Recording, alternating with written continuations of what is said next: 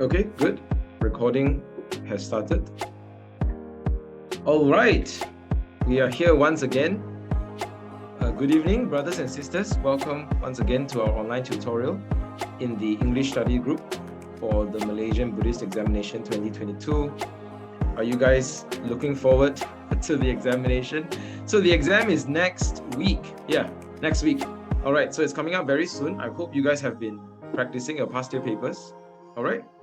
So let us begin with the opening puja. Let me share my slides.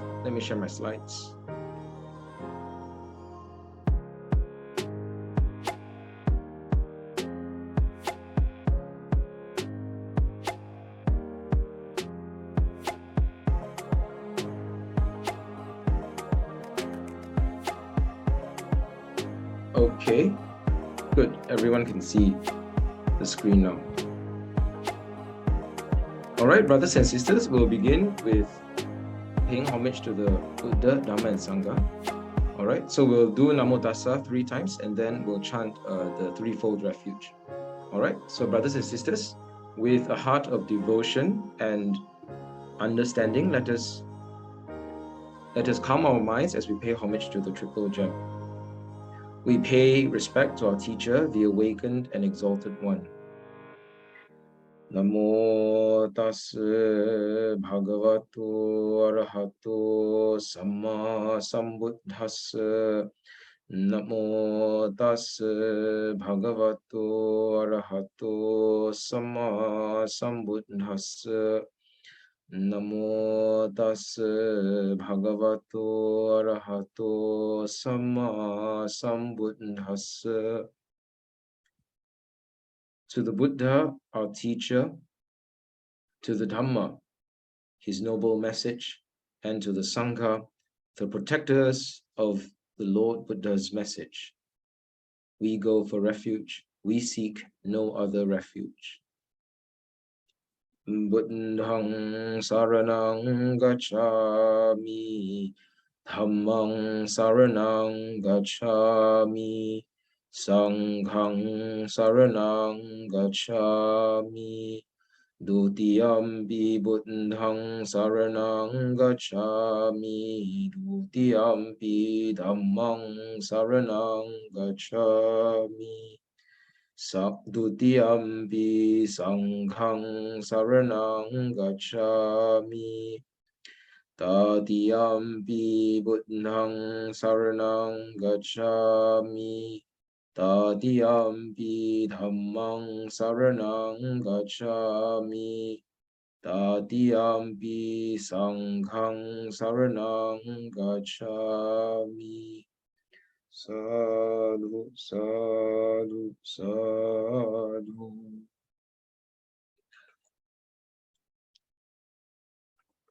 Okay, welcome, brothers and sisters, candidates for the Malaysian Buddhist examination. Welcome once again. So today we'll continue with the curriculum, the syllabus on the Buddha, Dhamma, and Sangha. So last week, we have covered the life of the Buddha from his birth until his enlightenment. Yeah. And then we have also looked at a few aspects of the Dhamma, especially the 10 skillful actions, all right, the Dasa Kusala Karma, as well as the 8 precepts. Okay, all right. So today we'll go further into some other aspects of the syllabus, the examination syllabus. Okay. All right. So I think most of you already know us. So we'll do a short introduction. For those who are new, there might be a few candidates who are joining Zoom for the first time. All right. So just to introduce myself, my name is Wei Ken. All right. I am one of the youth leaders in MYTTA, the youth arm of TBCM. So if you are a young you're a young teenager or young adult and you would like to know more about activities in the Buddhist youth communities, feel free to reach out to me. We have a WhatsApp group. So those of you who are not yet in the WhatsApp group, in this English study group WhatsApp group, feel free to let us know. You can let us know. You can reach out to me, Wei Ken, or brother Zhihua, and yeah, we'll add you into the WhatsApp group. All right, so if you want to know more about youth activities and Buddhist youth communities, feel free to reach out to me. All right, the TBCM is the Theravāda Buddhist Council of Malaysia, and so MYTTA is one of the organizing collaborators for this online tutorial. All right, so in my personal capacity, I am one of the youth leaders in the Putra Heights Buddhist Society Youth Fellowship. This is where I serve. All right, so I'm from Putra Heights, Subang Jaya. Okay, so if you want to know more about what we do, you can follow our Facebook or our Instagram. Okay, so, and then another important organizing collaborator in for this online tutorial is YBAM. Yes. Wait, Zhihua, you are still the secretary of YBM, right? This is from last year. Yeah, okay, sure. That's great. That's great. Okay, yeah. So along with me, we have brother Zhihua, brother Wong Jiwa. He is the secretary of the Young Buddhist Association of Malaysia, KL and Selangor State Liaison Committee. All right. So he has been assisting me a lot in this. So thank you so much, Zhihua, for all the communication with the examination committee, all the technical operations and so on. So you have Zhihua to thank for this very smooth running of this online tutorial. All right. And if you want to know more about YBM, okay, you can also follow their Facebook. Okay. All right. YBM is a very, very important Buddhist organization in Malaysia. It is one of the biggest and also one of the most important. They have branches in all over Malaysia. All right, so this is the KL and Selangor branch, or SLC, State Liaison Committee, but they also have SLCs, in other states as well. So if you want to know more about, YBM activities, do pay attention. They collaborate with many other Buddhist groups. They also help to, disseminate and share news and updates about the Buddhist community in Malaysia. Okay, so are there any questions? Do we have any questions? Okay, all good. All right. Okay, so that's an introduction to our background. Okay, and let's go into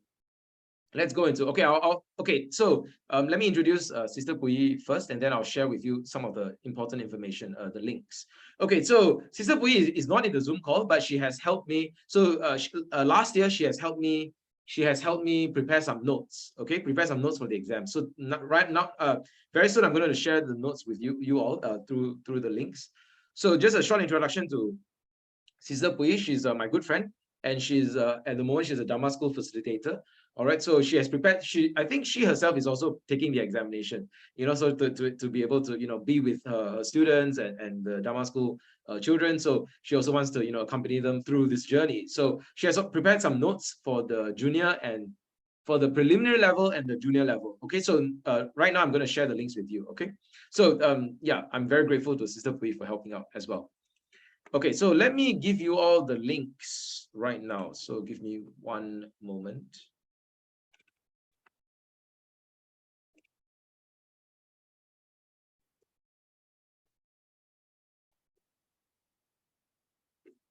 Okay, so I have shared the links in the WhatsApp group, number one. So now I'm also going to be sharing it in the Zoom chat. You should be able to get them. Okay, so you can see in the Zoom chat. All right, so these are the links. Okay, all right. So so this link in this Google Drive link, this is from last year, from 2021. I am in the process of updating updating the notes and resources for a 2022 folder. So very soon I'll upload that as well. I'll share that link with you all. But at the moment, you all can refer to this 2021 folder, which is used last year. So last year students, you already have this link. All right, and for the scope of examination, relevant information and textbooks, you can go to this link at the Malaysian Buddhist Association website. And then finally, for the past year papers, you can also obtain them from the Malaysian Buddhist Association website. Okay, so the links are there already. So let me just show you all how it looks like, last year's Google Drive folder, so that you guys can have an idea how to navigate it. Okay, let me share my screen.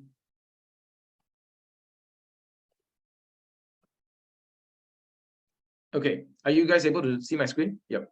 All right, so this is the English Study Group Google Drive resources, folder of resources. All right, this is from last year, 2021. So you can look at the past year papers, Okay, so all these past year papers, you can also look at the answers. So for the multiple choice questions, there are answers. But again, bear in mind, some of the answers might be a bit tricky. So you can also ask your questions in the WhatsApp group. All right. And then there are textbooks as well. So you can get the textbooks from the Malaysian Buddhist Association website, or you can get them from the Google Drive folder. Yeah. And then we also have last year's notes and resources. So the notes that have been prepared, these are the last year tutorial sessions. Yeah. So you can look at them if you want to, and you can look at the notes as well. So let me just open up. Let me just open the files. All right. So this is so Sister Pui has prepared the notes. Oh, Sister Lina, you're here. Yeah, you will know Sister Pui maybe. I'm not sure. Do you know Sister Pui? Probably not. Okay. So Sister Wong Pui has prepared these notes, and she's okay for me to share with you guys. So these are the notes that she has prepared for the preliminary stage, and these are the notes she has prepared for the junior stage. Okay, so you all can take a look through. They are quite detailed, so they're taken from the textbook. So if you look through them, if you're able to understand all of them, you should be quite good to go for the exam. Okay, all right, preliminary stage, junior stage. All right, okay. Now last year I have also prepared some notes for the senior stage paper. So there might be some of you who are taking the senior level and also the higher level. So this document is not complete. The notes are not complete. I did not try to prepare notes for every question. I will continue to update the notes, yeah, just to let you all know. But for those of you who want to refer to some of my notes, you can look at this document that I've prepared last year. So in this, this is for the senior level, yeah, brothers and sisters. So if you are taking the junior and preliminary stage, don't get shocked, yeah, because there are a lot of information here. So sorry. Brother Khor. Yes, sister. Is it possible for me to share to my other friends who are taking the senior papers? No problem at all. You can share these links with anyone. Okay, yeah. Thank you. So we look at the past year questions and we realize that many of the senior level questions are similar. In fact, they're repeated every year. So they're covered 4 main areas, yeah, for those of you who are taking the senior level paper. Number 1 is the Buddha, number 2 Dhamma, number 3 Sangha, and number 4 is like personal practice, our Buddhist practice or our Buddhist cultivation and meditation. So those 4 areas, you need to select 1 question from each section. Okay, so it's pretty straightforward. You need to understand each area well, and then you just need to select 1 question to answer, to write an essay on. So I would say the virtues of the Buddha, Dhamma, and Sangha is important. You can memorize that, and you can write your essay. Right. So, for example, the 9 virtues of the Buddha. You know how to chant the Buddha Nusati, the recollection of the virtues of the Buddha. Itipiso Bhagava Arahang Sama Sambuddho. And you go on, and then you are able to write stories based on those virtues. I repeat, okay. Right. So you are able to memorize the 9 virtues of the Buddha, and you are able to write a story from his life based on those, based on each of the 9 virtues. All right. So, for example, Samma Sambuddho, that is one of his virtues. All right. So, what makes a Samma Sambuddha, brothers and sisters? Number 1, he would discover the 4 noble truths by his own effort without a teacher. And number 2, he would establish, or he would found, an order of disciples. All right. Okay, so those are the 2 characteristics or qualities that would make him a Samma Sambuddha. Right. So that's why you can tell those 2 stories. Right. His struggle for enlightenment and his turning of the wheel of Dhamma at the deer park. Right. So you can write the stories. So I have taken some of the notes from other links from other books or other articles online. So I've actually provided the links as well. So you can actually look at the link for further information. All right. So you can look at it. All right. So this is a very good book, The 9 Attributes of the Buddha by Sayalay Susila. Some of you might actually know the book. So this is a very good book because it goes in detail into all of the 9 virtues of the Buddha. So this is more than a textbook. It's a practice manual already for Buddhist practitioners. So what I mean is you don't have to read the whole book in order to answer the exams, but it's a very good resource for your own practice, for your own recollection of the Buddha's virtues, as well as for the exam, if you want to look at stories of the Buddha's life. Okay, so this is a good book. All right. Okay, then you can look through the notes. Okay, and then this is the 9 virtues of the Sangha. All right, so again, Supatipano, Bhagavato, Savaka, Sangho, and so on. You can memorize the 9 virtues of the Sangha, and then you can go on to write about, elaborate on those 9 virtues. All right, then you are good to go for the Sangha section. Okay, for example, I give example. Anuttarang punya ketang lokasa. Anuttarang means unexcelled or unsurpassed. Anuttarang. Uttara means above or superior or to surpass. Right? Anuttarang means to not be surpassed, to not be excelled or not be surpassed. So it is the supreme, Anuttara, supreme. Ketta means a field where you plant seeds and you grow your crops. That's a field. Ketta. Punya, many of you would know the word. Punya means merit or meritorious, right? Punya ketta. Loka means the world.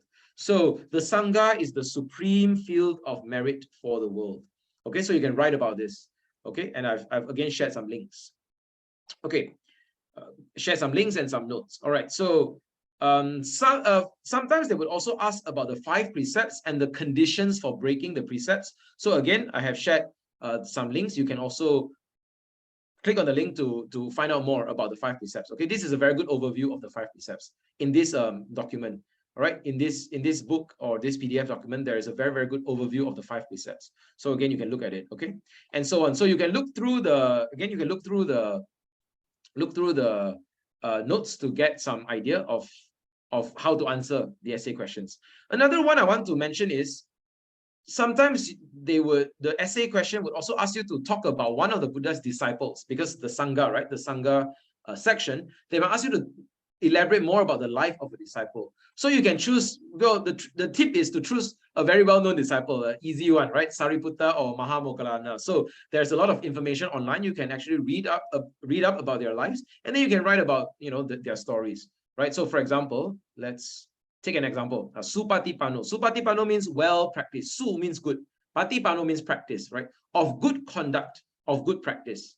All right. Uju patipano. Then you can write about the good practice of the Sangha disciples, or you can write about the upright practice, Uju patipano, the upright conduct of the disciples. So for example, Mahakassapa, Mahamoggallana, Sariputta. So I've taken some notes from the articles and books online. I've also provided it here. All right, good. So you can take a look. Okay. All right. So there is a story of Ananda, there is the story of Sariputta, and so on. Okay, so these are some notes. I'll continue to make notes. Yeah, if you all want, I will continue to make notes and share. But at the moment, these are some of the important notes that from last year that you can refer to. Okay, good. So that's senior stage paper, junior stage, and preliminary stage. I provided a link for all of you. Okay, all right. Good. Let me stop here. Okay, I will pause here for about 1 minute, and I'll see if there are any questions or reflections from all of you. Anyone would like to ask a question? Yeah. All good? Okay, if that's the case, if that's all good, no questions. All right. So let's go into the learning. Let's continue the learning from last year. Okay, give me 1 moment. All right. Okay. Sister Mary Ann asked about the questions on Dhammapada. Okay, give me 1 minute. Give me 1 minute. I'll let Brother Zhihua answer that. Okay. Yeah, Zhihua, you can answer the question.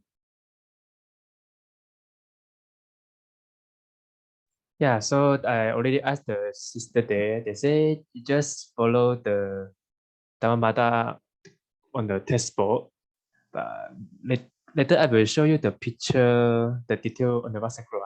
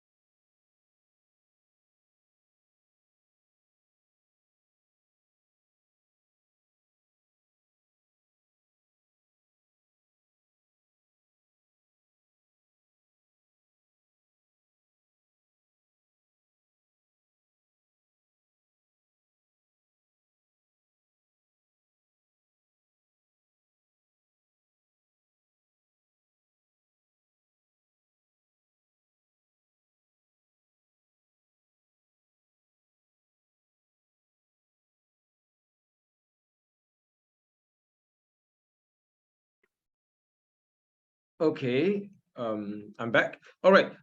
Zhihua, you said you mentioned to me, Zhihua, that the senior stage paper, the format is not changed, right? It's only at the higher stage paper, the format is a new format. Am I right? Yeah, okay, I see. Okay, good. Does that answer your question, Sister Marianne? I hope so. Okay, good. Okay, and then Sister Peggy asked, the sutta that Buddha preached at certain occasion, do we need to know? Peggy, Sister Peggy, do you want to clarify your question? Is this referring to the senior stage paper or junior or preliminary stage paper? So, yeah. Do you want to clarify your question?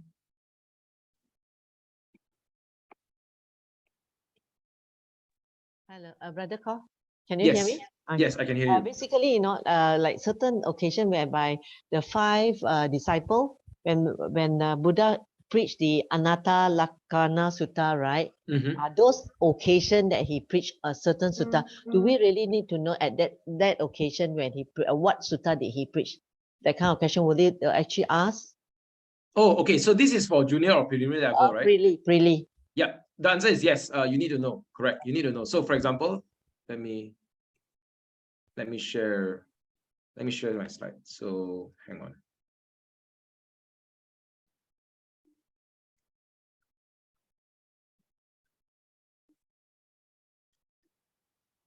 Oh, actually, preliminary, not preliminary. I'm not sure.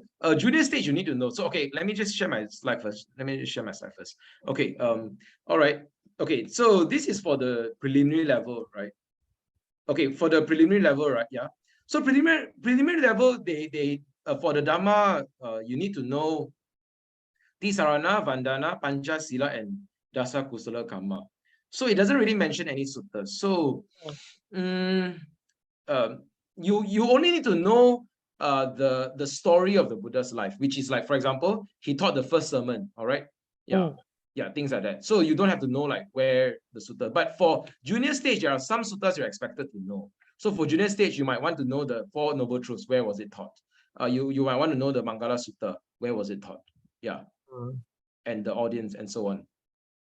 Does that make sense? And also for junior stage, you also want to know like some of the stories of the 10 perfections, so the Jataka stories. So you need to know a bit more for junior stage. For preliminary stage, actually, there are not many suttas you're required to know. The main one is probably the teaching of the where he was born, where the Buddha was born, where the Buddha got enlightened, and where the Buddha taught the first noble truth. Where the Buddha taught the Four Noble Truths, and also where the Buddha passed away into Parinibbana. Okay. I think those are the main ones. So for preliminary, not many, but for junior one, you need to know a bit more stories. Yeah, the 10 perfections, Jataka tales, the Four Noble Truths at the Deer Park, and Mangala Sutta. Okay. Okay, thanks. All right, thank you. Thank you for the question. Sister Jenny says, any sample questions for the new section on short answers? I don't have any sample questions, but I'll check with Zhihua. I don't think so. I don't think we have any sample questions, but the short answers are also multiple choice. Yeah, Sister Janice. So for preliminary and junior, the new format, yeah, new section, even the short answers, the fill in. Wait, I assume you're referring to the fill in the blank questions, right? Even for those questions, there are choices. So there are options for you to choose. Yeah. So you fill in the blank, there is a blank, and then you have to choose the word. So choosing the word, there are also options for you to choose. So it's also multiple choice questions. Okay. All right. Thank you. Good. Such a relief, Brother Walter says. Okay. Yeah, it's a relief. Okay. Let's go on with the learning. Yeah.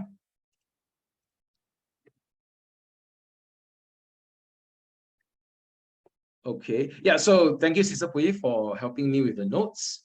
And then now let's go into the Buddha's life. All right, so this one we all know already, the progression of the Buddha's life, all right, from his the birth of the Bodhisattva, okay, to his enlightenment, his struggle for enlightenment until he becomes a Buddha at 35 years old, and then his Mahaparinibbana, his final passing away. And then after his Parinibbana, the disciples of the Buddha, led by Venerable Mahakassapa,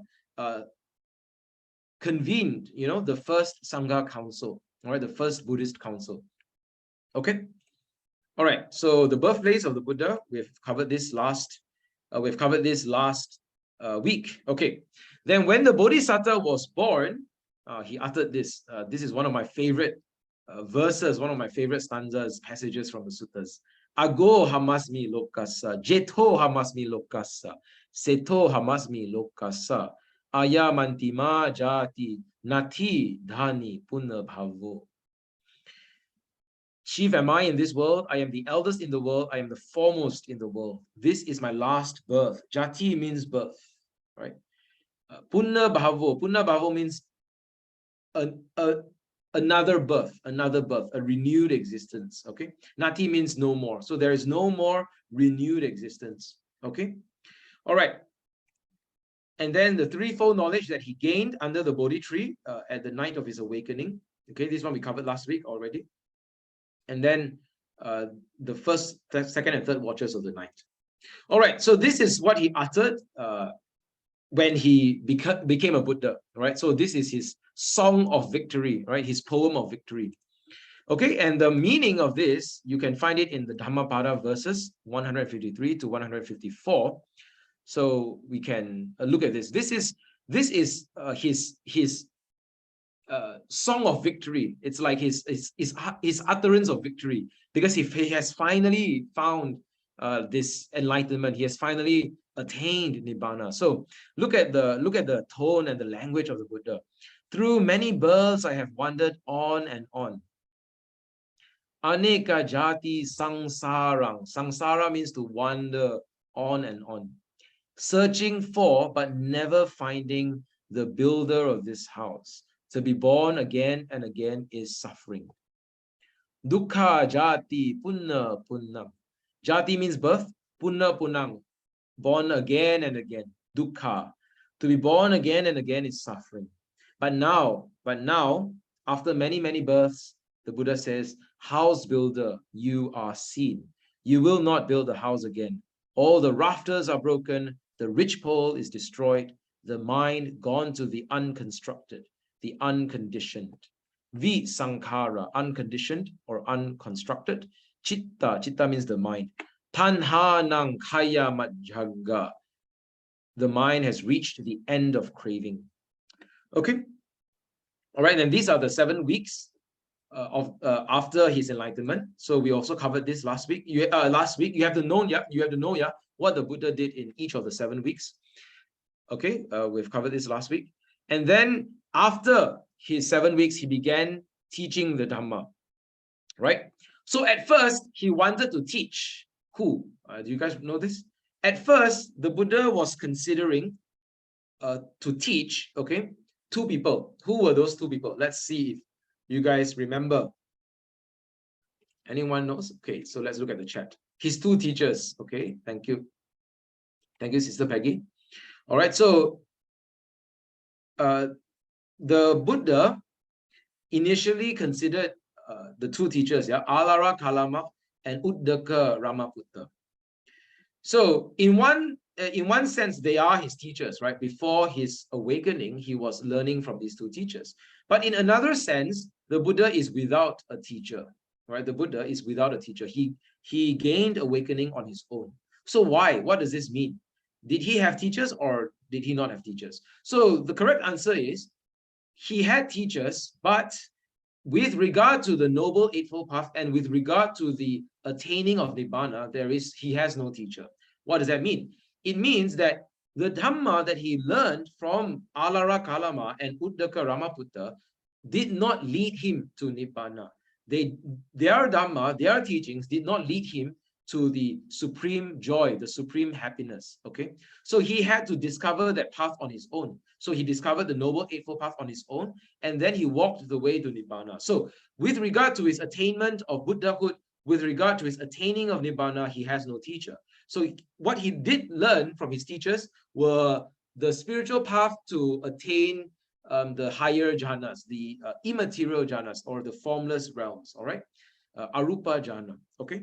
So initially he considered teaching Alara Kalama and Uddaka Ramaputta. However, he decided not to because he could not teach them. Why? Because they had already passed away. So after that, he considered the next group of people that he considered was the group of his 5 former companions. Okay, you all remember their names, huh? You have to remember their names for the exam. Okay, then he decided to walk all the way from Bodh Gaya to Isipatana to teach the 5 disciples. So I always like to ask this question when I do sutta study with my youth Buddhist youth friends. Okay, how far is the distance? How far is the distance from Buddha Gaya, where the Buddha attained enlightenment, to Isipatana, Deer Park, where he taught the first sutta? Okay, do you guys know how far? Google it now. Google it. Go and Google it now, and then tell me how far is the distance. Okay, and then you can how many kilometers? All right, how many km? How many kilometers? You can type it in the Zoom chat when you have Google the answer. I like to ask this question. Okay, 200 plus km. Okay, Sister Doris, thank you. So more than 200 km. So that will take how long? So now, if we 200 km, we can drive now. If we drive from Selangor to Penang, maybe, or from Selangor to Johor, that's maybe about 3 to 4 hours. Okay, so if you drive from Buddha Gaya to Isipatana, it's maybe 2 to 3 hours. Okay, if you drive. But in the time of the Buddha, he did not have a car. Yeah? Okay, so the Buddha didn't use the car. The Buddha also didn't take a plane because there was no aeroplane. The Buddha also did not take a bus. Okay, so how did the Buddha travel? He traveled on foot, right? He traveled by walking all the way from Buddha Gaya to Isipatana. How many days would that take? At least 2 to 3 days, right? At least 2 to 3 days. Perhaps even longer if he stopped along the way. Okay. So anyone of you have tried walking for 200 kilometers? Anyone? No. Okay, wait. Brother King Huat says slide of pictures of 7 days after enlightenment. Okay, let me share my screen. Thanks for asking. All right, so let me go to the slide. So this is the slide. This is the slide you want, right? Yeah. Okay, you can get a screenshot of it. Yeah, so these are the 7 weeks after the Buddha's enlightenment. So when the Buddha was considering, okay, good. Okay, good. Thank you. So when the Buddha was considering whether or not to teach the Dhamma, at first, his mind was not certain. At first, his mind was not clear. He decided to teach the Dhamma. At first, not yet clear. And then the great Deva, the great God of the heavens, all right, Brahma, the great Brahma, not the great Deva, the great Brahma Sahampati, descended from heaven to earth to plead with the Lord Buddha, to request the Lord Buddha to teach. And then the Buddha looked out at the world with the eye of the Buddha, with his eye of compassion. And then he said, open is the door to the deathless. Now he has decided to teach. So when he has decided to teach, he walks all the way up for 2 to 3 days or even more, all the way to Isipatana to teach the Dhamma. Okay, none of you, I assume, has even walked for more than 200 kilometers, right? I assume. So this is the determination, the strong compassion of the Buddha in order to bring the message of awakening, the message of liberation, the message of peace and wisdom to the entire world. Okay, so remember, when you learn the Dhamma, remember that the Buddha walked all the way to bring this message to you. Okay, now, so he went to the Isipatana Miggadaya. Miggadaya means deer park, yeah? Miggadaya, deer park. Isipatana Miggadaya, the forest of Varanasi. Varanasi, okay? So you can go and do a Google map search, where is Varanasi, if you want to find it, okay? And he taught the Dhammacakkappavattana Sutta, all right? And after that, he also, after the 5 disciples, in the first sutta, one of the disciples gained the first stage of awakening, the first stage of enlightenment, known as stream entry, Sotapanna. Okay, so this disciple's name is Kondanya. And then subsequently, in the second sutta, Anatta Lakhana Sutta, all 5 disciples gained arahantship. They attained full enlightenment. They became arahants. They became liberated ones, worthy ones. Okay. So after these 5 disciples, the Buddha again taught other disciples So one of them, very important, is the Venerable Yasa. All right. So Yasa, along with his friends, also became disciples of the Buddha. And then at the end of the rainy season, right? At the end of the 3 months, the Buddha had 60 Arahant disciples. So 5 disciples plus Yasa plus 54 other disciples. So Yasa, one person, Yasa, brings 54 of his friends and people that he know to the Buddha. Okay. So next question to you all. 54. Yasa brought 54. You all, how many friends did you bring to the online tutorial for the Malaysian Buddhist examination? So how many people do we have in this Zoom meeting? 47 participants. Okay. Did you all bring 2 friends, 3 friends? I'm not sure. Okay. So Venerable Yasa himself bring 54 people to see the Buddha. So my next question, how many friends have you brought to the Dhamma, to learn the Dhamma? Okay. If you haven't brought any friends, learn from Venerable Yasa. Okay. Okay, good. So in the end of that 3 months, the Buddha had 60 Arahant disciples, all of them fully enlightened ones. And then the Buddha gave them this mission. The Buddha gave them this message. Go forth, O bhikkhus.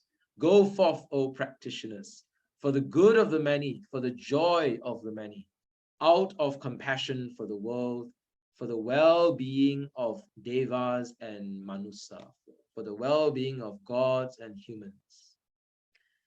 The Buddha said, let not 2 of you go in one way. Let not 2 of you go in the same direction. Each one of you take a different direction so that you cover more places.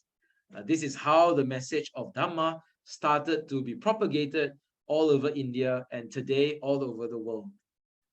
All right. So the Buddha's disciples, monastic practitioners, are called bhikkhu and bhikkhuni, okay, the monks and nuns. And the lay disciples are called upasaka and upasika, okay, male lay followers and female lay followers. The Buddha is known as Sattha Deva Manusanang. Sattha means great teacher, okay, the leader, the teacher. Sattha. Deva means the heavenly beings, the gods and goddesses, all right. Manusa, you know the Malay word, manusya. Manusa means human beings. The Buddha is the God. The Buddha is the teacher of gods and humans.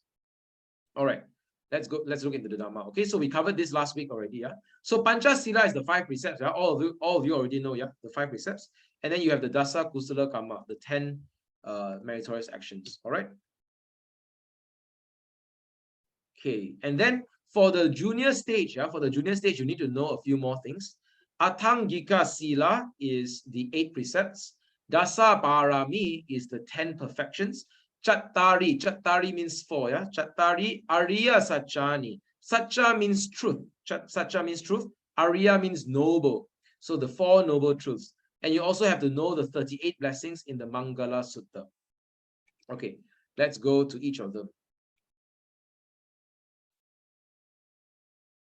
Okay, so we've covered these.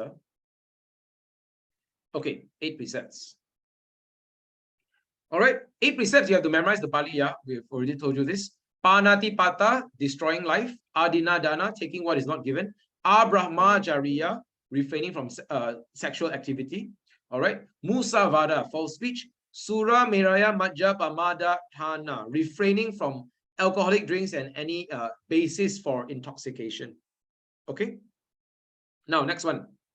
Vikala Bhojana. Bhojana means food. Bhojana means solid food. Vikala. Kala means time. Kala, yeah, K-A-L-A. Kala means time. Vikala means the improper time or the not the right time, the incorrect time. Okay. So taking solid food in the improper time. Okay. This is the 6th precept. So improper time means after the highest point of the sun. Okay. When the sun is at the highest point in the sky, that is the noon. That is the end of the time to eat. So after that, no more eating. Okay, until the next day. All right. So some people, they undertake the 8 precepts. All right. Then they would only eat in the morning. So after that, they don't eat. Okay. Okay, then number 7 is a very long precept, okay, because it's actually the combination of 2 precepts. So number 7, the 7 precept, actually they take 2 precepts and combine it, okay. So all right, so it's undertaking the precept to avoid, to abstain or to refrain from entertainment, all right, dancing, singing, music, and so on, as well as beautifying the body, so like perfumes, cosmetics, jewelry, and so on, okay. And then the final one, undertaking the precept to refrain from using high beds or seats or luxurious beds or seats. Okay, good. So, all right, got it, huh? Oh, good. You have to remember the 8 precepts. Okay, now let's look at the 10th of the, okay. Anyway, okay. So, Dasa Kusala Kama Pata, the 10, wait, hang on. Oh, no. Oops, this is, hang on now. Let me adjust my slides. The slides sequence is not correct.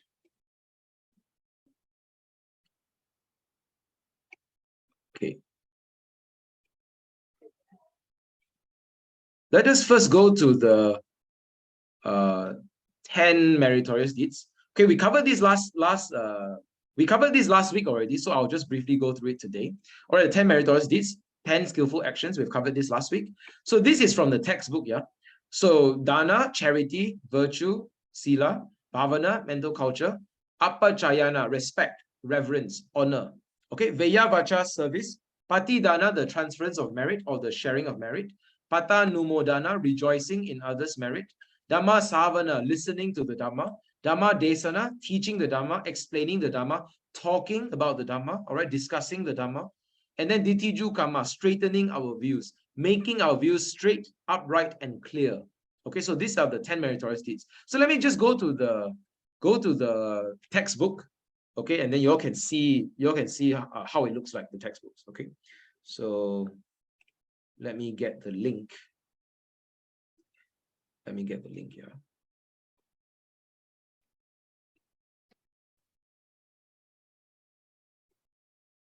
Okay. All right. Are you able to see my slides? Okay. Yes, you can see it now. So you can find the textbooks on this website, yeah, brothers and sisters. You can go to see. So for example, this one, ebooks, these are the textbooks, all right? The Buddha and his teachings, A Manual of Buddhism, Way to the Buddha. And there's also one more textbook for beginners, Buddhism for Beginners. This is also another textbook. So the one that I want to look at the moment is A Way to the Buddha. All right, Way to the Buddha. Okay, so here you can find the 10 meritorious deeds as well as the 10 wholesome deeds and the 10 unwholesome deeds. Okay, so for example, this one is, okay, wait, hang on, this is the 10 perfections. Wait.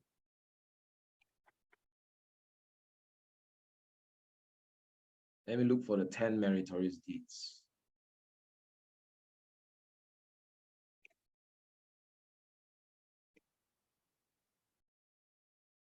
Okay, yeah, over here. So these are the 10 meritorious deeds, dasa, kusala, kamma. Okay, and you can look at the explanation given for each of the 10 meritorious deeds. Okay, so you can look to the textbook, go through it if you need more explanation. Okay, so dana, sila, and so on. All right, so it's quite detailed, so it's very good. Okay, all right. Now let's go to the 10. Let's go to the 10. Let me see.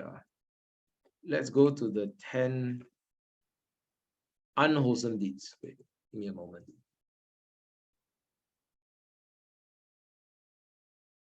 Let me share my slide. Okay, let me share my slides. Okay, so 8 precepts done. Okay, let's go to the, let me go to the 10 unwholesome deeds first. Okay, dasa kusala kama pata. This A is long, A long, there's a bar on top. So it's combining this A and this A. Dasa akusala. Akusala means unwholesome or unskillful. Kusala means skillful or wholesome. Okay, akusala means unskillful. And then kamapata is ways of action. All right, so these are the 10 unwholesome deeds. Okay, so there is this website. It's a very, very good website. I will share it with you all later on. So in this website, you can find out what are the 10 unwholesome deeds. Killing, taking what is not given, all the way until wrong view. Okay, so In fact, let me go to the website now, then you're able to see it.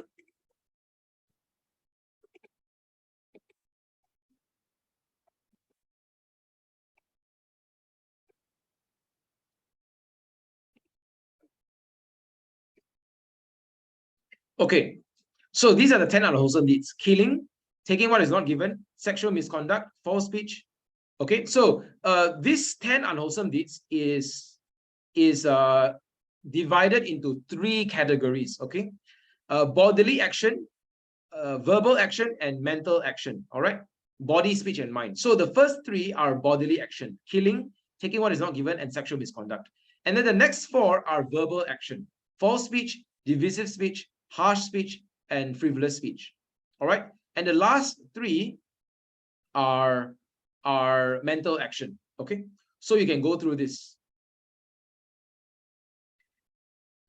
false speech, divisive speech, harsh speech, and frivolous speech.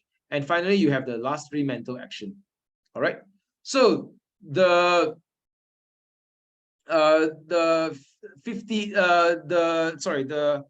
eighth unwholesome deed, the 8th akusala karma, is sometimes it's translated as covetousness. Covetousness.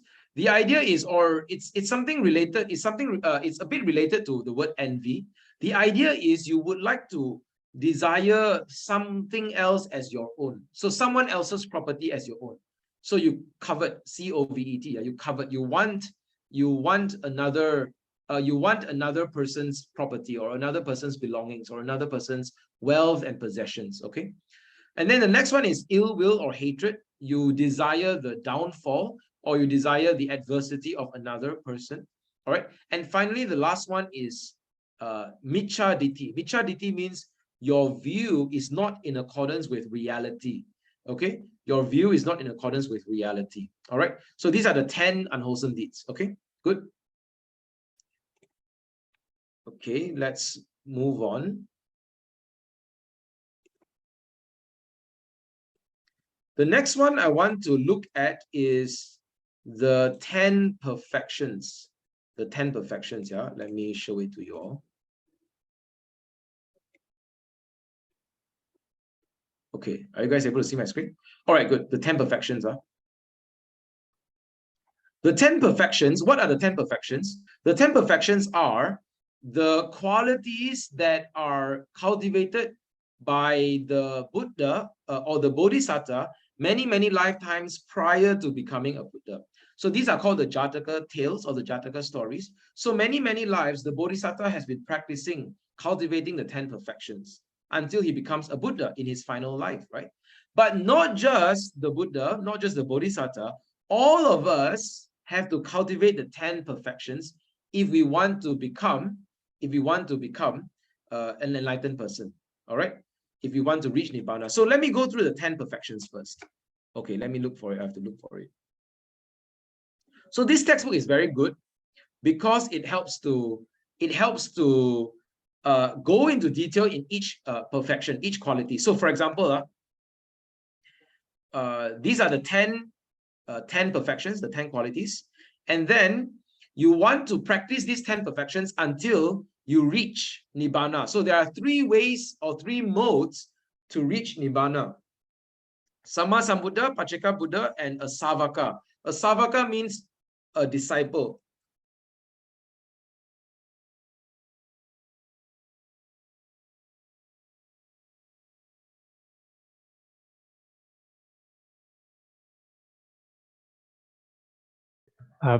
Protocol, you're silent the mic already. Oh, thank you. Sorry. Okay, thank you. All right, Savaka means a disciple. So Sama Sambuddha, Pacceka Buddha, or a Savaka, or an Arahant. Okay, so Savaka means a disciple. To hear, Savaka means a listener or a hearer. So a disciple of the Buddha. So these are the 3 modes of enlightenment. Okay, 3 ways to achieve enlightenment. Okay, let's go back to the textbook. Let me share the textbook. Where's the textbook? Okay, let me share the textbook. Okay, so these are the 3 ways. These are the 3 ways of attaining Nibbana. Yeah. Okay, and then, for example, we look at each of the qualities. Yeah, the 10 perfections. Here, the first perfection, dana.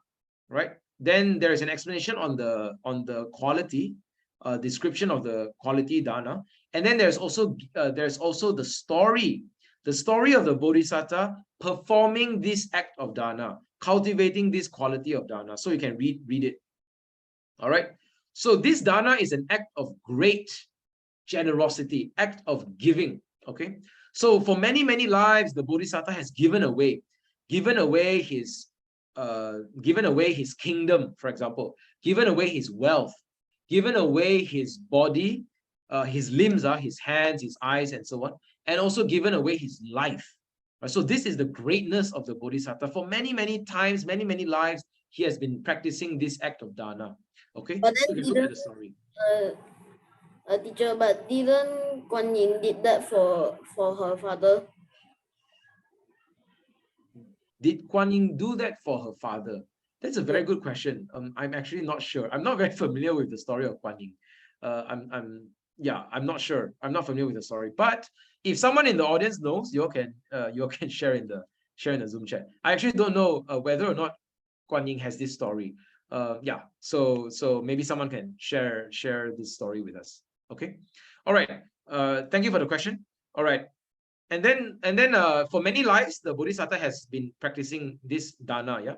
And then sila. Okay, sila is a good virtue or good morality. Okay, integrity and morality. Okay, so you can also look at the past life of the Buddha, right? So for example, the Samkhapala Jataka, the story of a dragon. Okay, Naga Loka. So this Naga, okay, there's one question in the past year, whether the word Naga is dragon or serpent. This one also very tricky. So this one now you have to, we can ask the exam committee, see what they say. Because Naga is the Pali word. So sometimes it's translated as dragon, sometimes it's translated as serpent. So it's very tricky. Okay, but in this textbook, they go with dragon. All right. So Naga Loka. So in this past life, the Bodhisattva was reborn as a Naga. Okay. Okay. So it's like a dragon-like, a snake-like being. It's very hard to translate this word because it is like a snake. Okay. It's like a snake, a serpent, or a dragon. Okay. All right. So he practiced this perfection, this parami of sila in this life. Okay. All right, then there's nekama in the Maka Deva Jataka and so on. So you can go through the stories, yeah, in this textbook. All right. Okay, let's go to the slides. Hang on, let's go to the slides.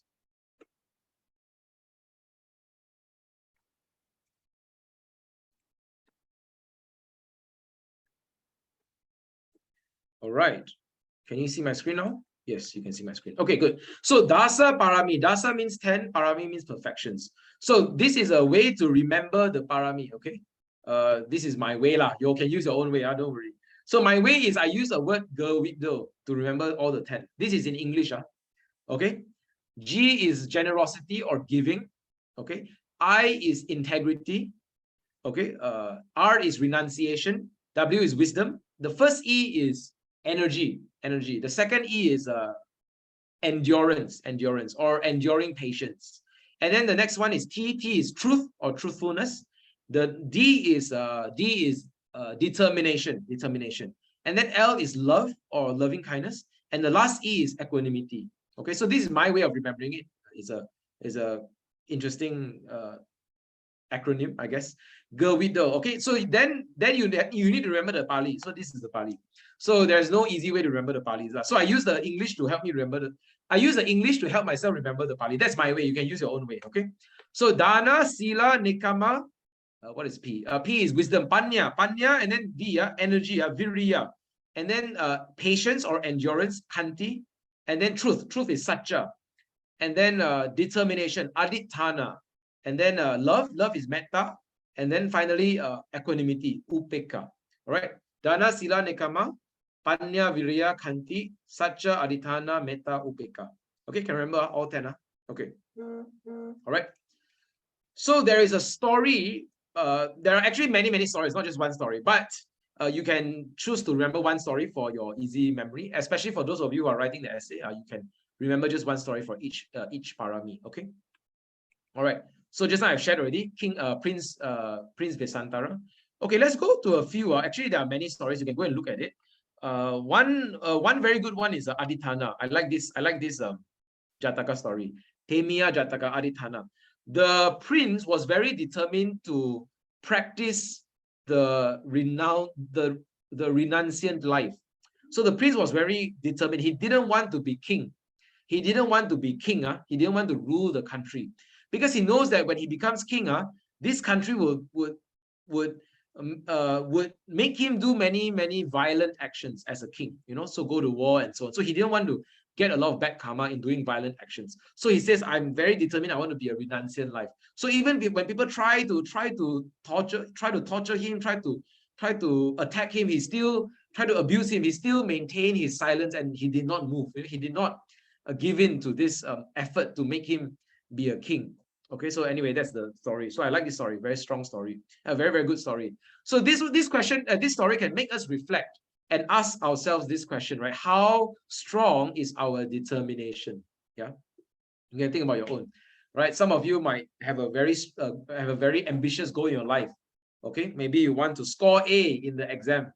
Maybe you want to go to the top university in the world. Where is the top university in the world? I don't know. Maybe MIT, Harvard, Cambridge, Oxford. Okay, maybe that's your goal. Maybe your goal is to become the CEO of your company. You want to be promoted until you reach the CEO of the company. Okay, or whatever is your goal. Do you have this strong determination? Maybe your goal is to become a Buddha in the future life. Any one of you has this strong determination, this goal, to become a Samma Sambuddha in the future life? Anyone? Maybe you all don't dare to raise your hand here. To become a Samma Sambuddha. So whatever your goal is, you need this strong determination, adithana, strong decision, adithana, to strive towards your goal. Okay. And then, okay, so these are some of them. Oh, another one I really like is the Kantivadi Jataka. Kantivadi Jataka, Kanti, patience or endurance. This story is one of my favorite because it talks about the strong endurance and the strong, what is the right word? The strong conviction. Yes, that's the right word. The strong conviction that the Bodhisattva has for the Buddha, for the Dhamma. Sorry, the strong conviction that the Bodhisattva has for the Dhamma. So in this story, the Kantivadi Jataka story, all right, this person, this king, I believe it was a king. Let me look at my slide. Yes, this king. So this king was trying to test the Bodhisattva, So he questioned the Bodhisattva, what Dhamma do you teach? What teaching do you proclaim? What Dhamma do you follow? So this is a moment, of truth. When someone asks you, what teaching do you follow? Are you able to stand up for the truth? And so the Bodhisattva was very strong with his conviction. I teach, okay, I follow the Dhamma of endurance. I follow the Dhamma of Kanti. And then this king wants to test him, tries to attack him, tries to harm his body, but he stands firm with his conviction in the Dhamma. This is a very good reflection for us as well. How strong is our conviction for the Dhamma? When someone, imagine someone attacks you. Oh, you're a Buddhist. Well, I want to attack you. I don't want you to be a Buddhist. I want you to follow another Dhamma. This is not a fantasy. This is not a fairy tale. There are people today in the world, in some other countries, they are being abused and attacked because they are Buddhists. There are stories of monks and nuns when they practice the Dhamma, they are killed, they are attacked, they are actually attacked and abused by the people, by the military government. Do you know that? So there are countries where it is not safe to be a Buddhist. It is not safe to practice the Dhamma. So you in Malaysia, you are very safe. Anyone attacks you for practicing Dhamma? Nobody. Anyone go to the temple to try to attack you? Nobody. All of you are very safe. But don't think that everywhere in the world is safe. Some places in the world is not safe to practice the Dhamma. So when someone tries to attack you for practicing the Dhamma, will you stand firm in your conviction for the Dhamma? This is a test. Teacher. Yes, yes. Last time the Christians were abused, and then now the Muslims are abused by Jews. So Chester is saying sometimes members of other religions like Christians and Muslims are also abused for their religion. Is that what you're saying?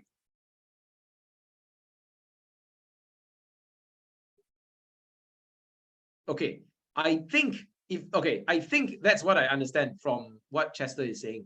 So sometimes Christians are also being attacked for their religion. Muslims are also being attacked for their religion. Buddhists are also being attacked for their religion. That's true. So there are events and incidents in history where people are being attacked for their religion. Okay, so not just Buddhists, Christians, Muslims, and so on. Right, that's true. That's true. Okay, so when you are being attacked for your religion, for your practice, would you stand firm? Would you stand firm in your conviction for the Dhamma? So this is the test for your kanti. Wow, for your endurance, kanti, patience. Okay, so this is your moment for practicing the 10 perfections to become a Buddha. Okay, so if you want to know whether or not you can become a Sama Sambuddha, you wait for someone to attack you, then you will know whether you have the true patience, the true endurance. Okay, so these are some of the stories for the 10 paramis. Okay, all right, let's go on. Wait, let me share my slide. Okay, so you must know some of the stories, all right, in the 10 Jataka stories, the 10 perfections. Let's go on. Okay, so the 10 perfections are to attain any of these ways of attaining Nibbana. So a Sama Sambuddha, let me briefly describe these three destinations. Okay, a Sama Sambuddha is someone who discovers the Dhamma on his own, by his own effort, and he establishes a Buddha Sasana. He establishes a Sangha, an order of disciples. Okay, all right. So the Sama Sambuddha is able to teach the whole system of Dhamma, the whole path of Dhamma in a comprehensive and systematic manner. That's why he is a Sama Sambuddha. Okay, the next type is Pacceka Buddha. A Pacceka Buddha also attains Nibbana on his own, by his own effort, but his knowledge and his power is not as powerful or not as superior as the Sama Sambuddha, not as powerful as the Sama Sambuddha. Also, his ability to teach is very limited. He is not able to teach the entire path in a systematic manner, and therefore he can only teach the basic teachings of a good life or a good morality.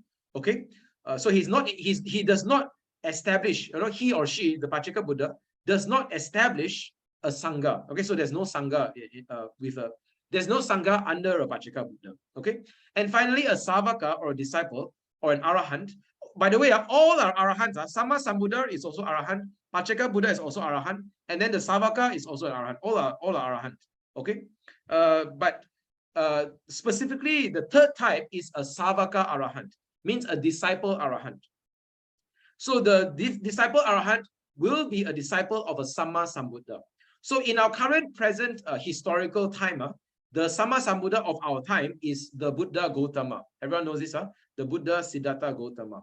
So any one of us who is a Savaka, we are all Savakas, we are all Savakas, disciples. So if you are a noble Savaka means Arya Savaka. If you're a noble Savaka, that means you're a Sotapanna or a Sakadagami or an Anagami or an Arahant. Okay. If you're a noble Savaka, you would be a disciple of the Buddha Gautama. Every Savaka Arahant will become an Arahant under a Sama Sambuddha. So if any of you today, you become an Arahant, anyone an Arahant? If any of you today becomes an Arahant, you will be a disciple of the Buddha Gautama. Understand? Okay. All right. Next slide. Next slide, let's go to, okay, Mangala Sutta. Yes, let's go to the Mangala Sutta now. The Mangala Sutta is a list of 38 blessings, okay? And this sutta was not taught to human beings, okay? The initial occasion, the first occasion when the Mangala Sutta was taught, it was actually taught to Devas. The Devas themselves also discuss and they debate what are the true blessings in life? What are the true Mangala in life? So then they say, we better go to ask the Buddha, but the Buddha knows the answer. So they go to the Buddha and then they ask him, and then the Buddha taught this Mangala Sutta. All right, so in the Mangala Sutta, there are 38 blessings. So let me go to the website, then I will show you the website, then you can look at the sutta. Okay, let me share it with you guys.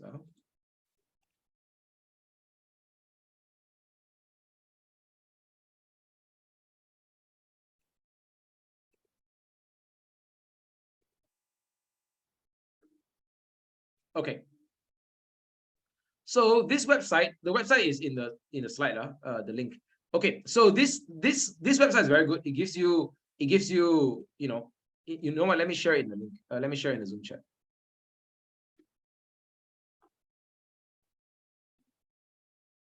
Okay, so in this list there are 38 blessings. So not to associate with fools, to associate with the wise, and so on. So you can read a summary of all the 38 blessings. It's a very, very good list. Okay, if you want to look at the sutta, of course you can look at the sutta, Mangala Sutta. All right, and there are English translations. So if you look at this, there are many, many English translations. You can just select any of the English translations. All right, you can choose any translation you like, and then you can read. Okay, so many are the gods and the men who have thought about the blessings, hoping for safety. So the Deva go to the Buddha and says, please tell me the greatest fortune. All right, then the Buddha says, okay, not to associate with fools and so on. So the 38 blessings, okay? So this is Sutta. So you can go and read it yourself, okay? If you have questions about that. All right. Okay, let me pause here now and see if there are any questions from anyone. Are there any questions? All right. Okay, let me go through the slides here. Ziwen asked, when does this class finish? Oh, 10 p.m. 10 p.m. 20 more minutes. But if you are too tired, you can go to sleep first. No worries, no worries. Yeah, you can, no pressure at all. You can leave early if you need to. Okay, but it finishes at 10 p.m. I'll let you all know. Ziwen. And then Brother King Hua says Guan Yin is in Mahayana Buddhism. Yeah, correct. Guan Yin is in Mahayana Buddhism. Correct. And then Sister Lina says saw the movies before she giving her eyes. Okay, I think that is Guan Yin, right? I think that's the Guan Yin Pusa. Okay. All right, and then Brother Walter says, can teach how to remember the 7th precept in Atanga Sila. Oh, a very good question. I don't have a quick tip. I'm sorry. You have to just memorize. You have just memorize the Pali on your own. You can recite it many, many times, and then you're able to memorize it. Okay. And then let's see. Brother Walter says very difficult to bring. Very difficult to bring your friends to learn the Dhamma. I agree. Very difficult. It's okay. Step by step, slowly. Strengthen your own Dhamma power first. Then you can inspire more friends to follow your example. Okay. And then Ziwen says, my friend is scared of tests. So, Ziwen, you have to encourage your friend. You have to give your friend the gift of fearlessness. This is dana. Well, remember we talk about the 10 perfections. Dana parami. Dana parami. One of the ways of doing dana is giving the gift of fearlessness. Abhaya dana. Abhaya dana. Wait, let me write it. Abhaya dana. Gift of fearlessness. Abhaya dana. In Mandarin, it is called Wu Wei Shi, right? Correct, right? Wu Wei Shi. Wu Wei means fearless. You do not be afraid. Do not fear. Abhaya dana. So you have to encourage your friend. If your friend is afraid of the test, you tell them, don't worry. I got a very good teacher. Brother Weiken can teach you. Brother Weiken can teach you how to score in the exam. So you bring your friend to learn from Weiken. Or you can say, don't worry, I will guide you. So you can have a study group with your friend, you all can learn together. Then when your friend doesn't know how to answer, then you can teach your friend how to answer the questions. So this is giving them the gift of fearlessness. Tell them, don't worry, don't be scared, do not fear. Okay. So this is a very good way to practice dana. Okay. Okay, thank you, Zuben, for that. And then Chester says, I don't have their contacts on WhatsApp. Very good. So start to get their number. Ask their number. Ask for their number. What is your number? Can I add you on WhatsApp? I can invite you to take the exam with me. Like that. Okay, get their number. All right. And then Sister Lina says, we go for the exam first, and then after that you become Yasa. Very good spirit. Okay, after you take the exam, you learn the Dhamma knowledge, and then now you become Yasa. You bring your friends to learn together. Very good. And then Brother Danny says, lead by example. This is very true.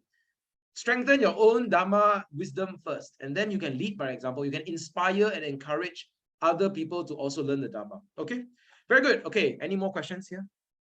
Okay, yes, Zhihua, Wu Wei Shi. Thank you. All right, let's carry on now with the slides. Let me go to the slides.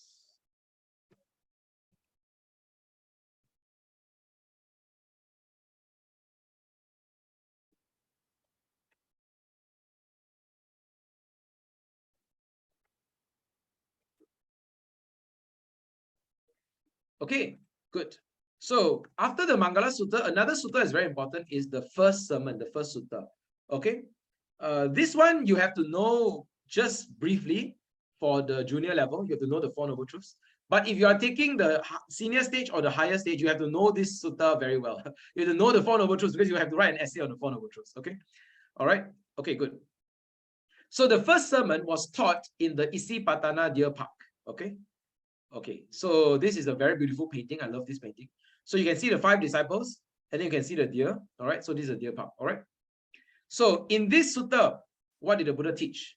The Buddha taught the middle path, Majjhima Patipada, Majjhima Patipada, Zhong Dao, the middle path. What does the middle path mean? Okay, let me speak in Mandarin first. 中道不是中间，也不是中庸. Okay, let me translate that. Middle path does not mean between two things, and it does not mean moderation. Okay, I repeat. Middle way or middle path does not mean between two things, and it does not mean moderation. Okay, let me explain. Moderation means you do not eat too much, you do not eat too little. This is moderation. This is the teaching of the Buddha. The Buddha also taught moderation in eating. Yes, the Buddha taught this. But this is not the meaning of the middle path. It's a different meaning. The middle path also does not mean in between two things. Oh, this right side is not correct, this left side is not, so it's in between. It doesn't mean that. So 中道不是中间，也不是中庸. But what does the middle path mean? The middle path means it avoids two extremes. Okay, let me write it in the chat. Avoids two extremes. It does not fall into the two wrong extremes. Okay, so what are the two extremes? You all know, what are the two extremes? The first extreme is sensual indulgence. Let me type it in the chat. Sensual indulgence. And the second extreme is self-mortification.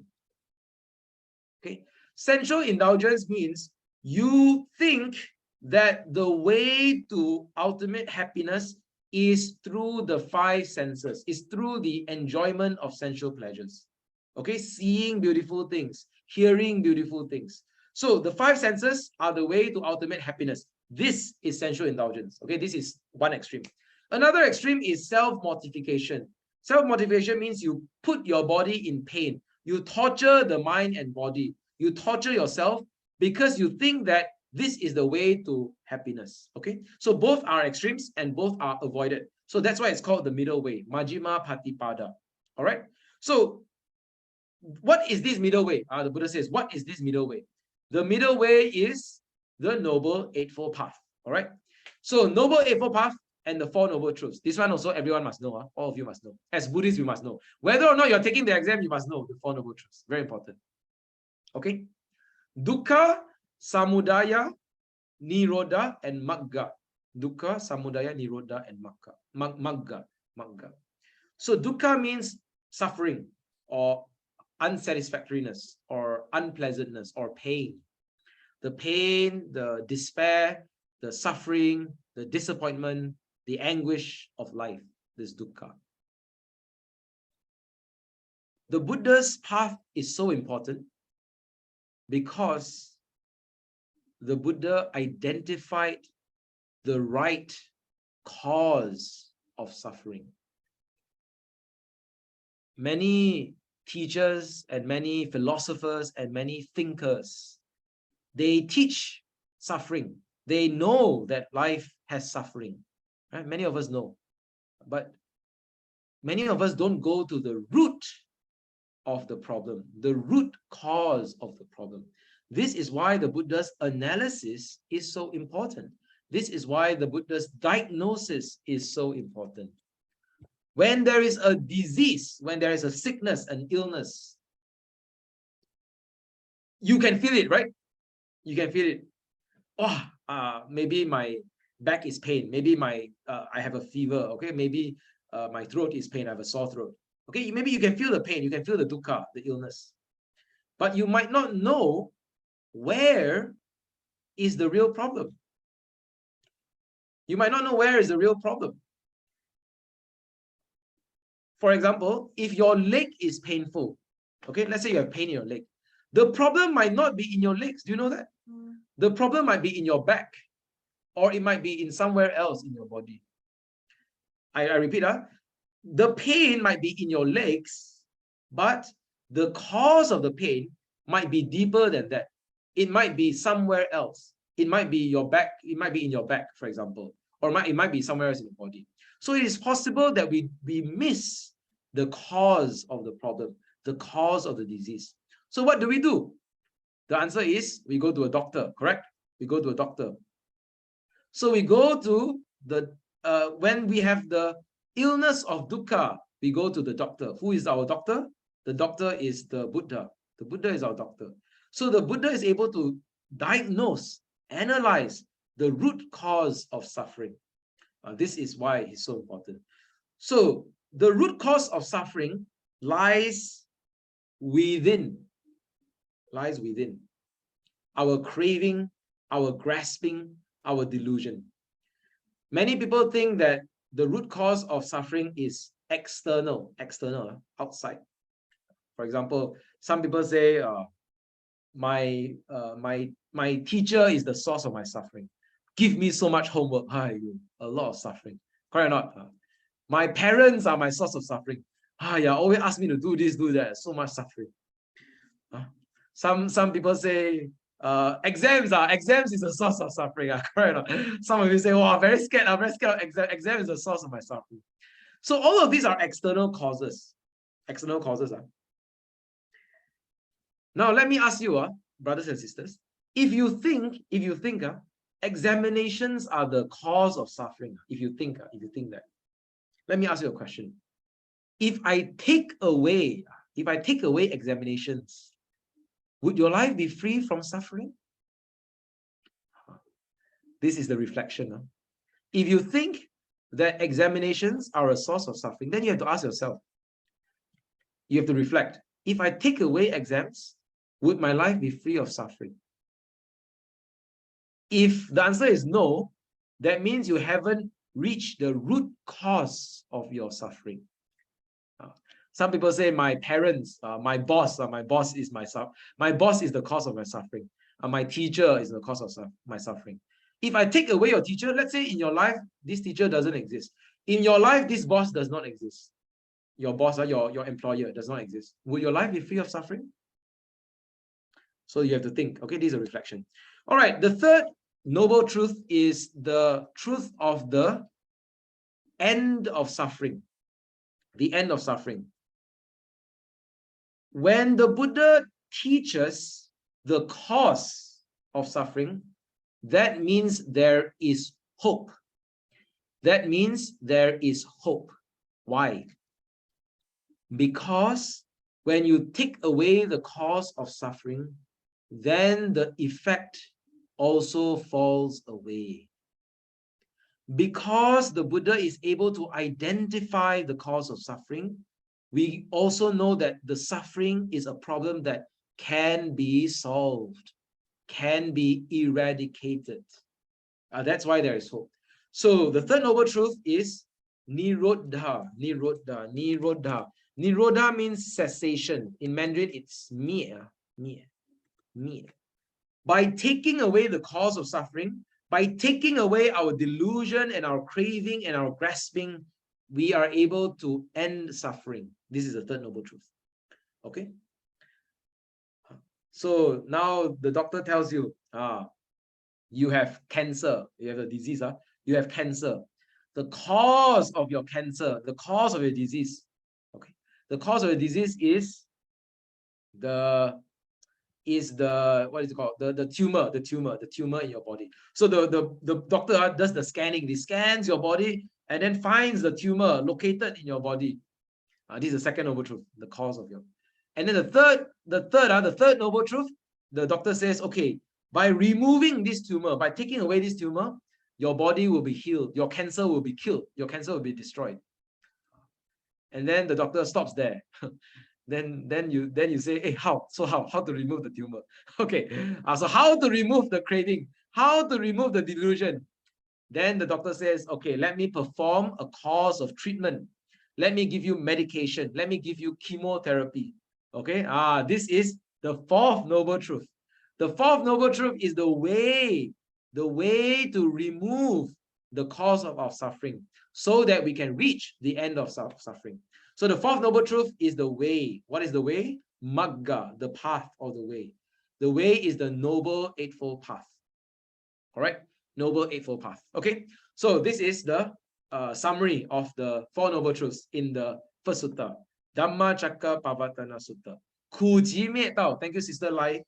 Ku ji miet tao. Dukkha samudaya nirodha magga. Ku ji miet tao. Okay, the suffering, the arising of suffering, or the cause of suffering, or the origin of suffering, and then the cessation of suffering, and then the way leading to the cessation of suffering. Okay, Four Noble Truths. Okay, let us move on because we're running out of time. Okay. Okay, the next part is Sangha, the Sangha. Okay, these are some of the disciples that you have to know. All right, Sariputta, Moggallana, Mahakassapa, Ananda, and so on. If you want to know, today we don't have time, but next week I'll go through them. And then you also have to know this one, the 8 requisites. The 8 requisites, Atta Parikara. The 8 requisites are the requisites of the monastic disciples. Okay, so the monks and nuns you see, they would have these 8 requisites because they are required to sustain their life. Okay, so you have the outer robe and the inner robe, so that's the clothing. And then you have the thick double robe for winter, for the cold season, yeah. And then you have the alms bowl. Alms bowl is for gathering food. Okay, and then Also, you have the a strainer or a knife or a razor.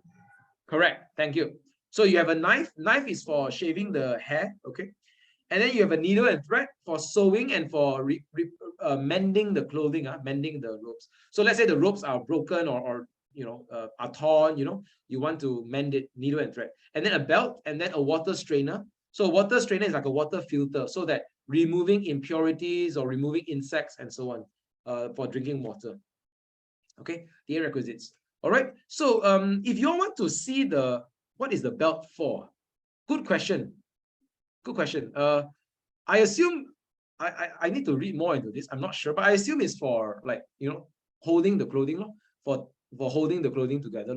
So this is what I assume. But you know what, brother or sister, let me check. Let me check for you. What is the belt for? It's a very good question. Maybe I need to do a short-term ordination to maybe I need to ordain for a short term to find out how the whole clothing works. Okay. All right. Let's move on. I want to share with you the notes. Let me see. Okay, this slide. Okay, let me share my screen. Okay, you should be able to see my screen now. Okay, so if you want to know more about the disciples, you can actually go to the notes that I shared earlier from last year. This is from last year. The notes has quite useful summaries of the life of the disciples. So for example, the disciples of the Buddha, Venerable Sariputta, Venerable Moggallana, all right, Mahakassapa, Ananda, and so on, Rahula, Angulimala, and so on. And if you are at junior level, you need to know more disciples, not just the monastic disciples, but also the lay disciples. Okay, so the nuns are the bhikkhunis, Venerable Mahapajapati Gotami, Venerable Khema, Venerable Upalavana, and then the lay disciples, okay, Anatta Pindika, Visakha, okay, and so on. So you need to know these disciples. All right, so you can go and read it, okay, or you can read it in the textbook. And then next week I'll go through some of the disciples because today we are running out of time. Okay, good. Got it. So, all right, let's end it here. Anyone wants to ask questions? Any questions?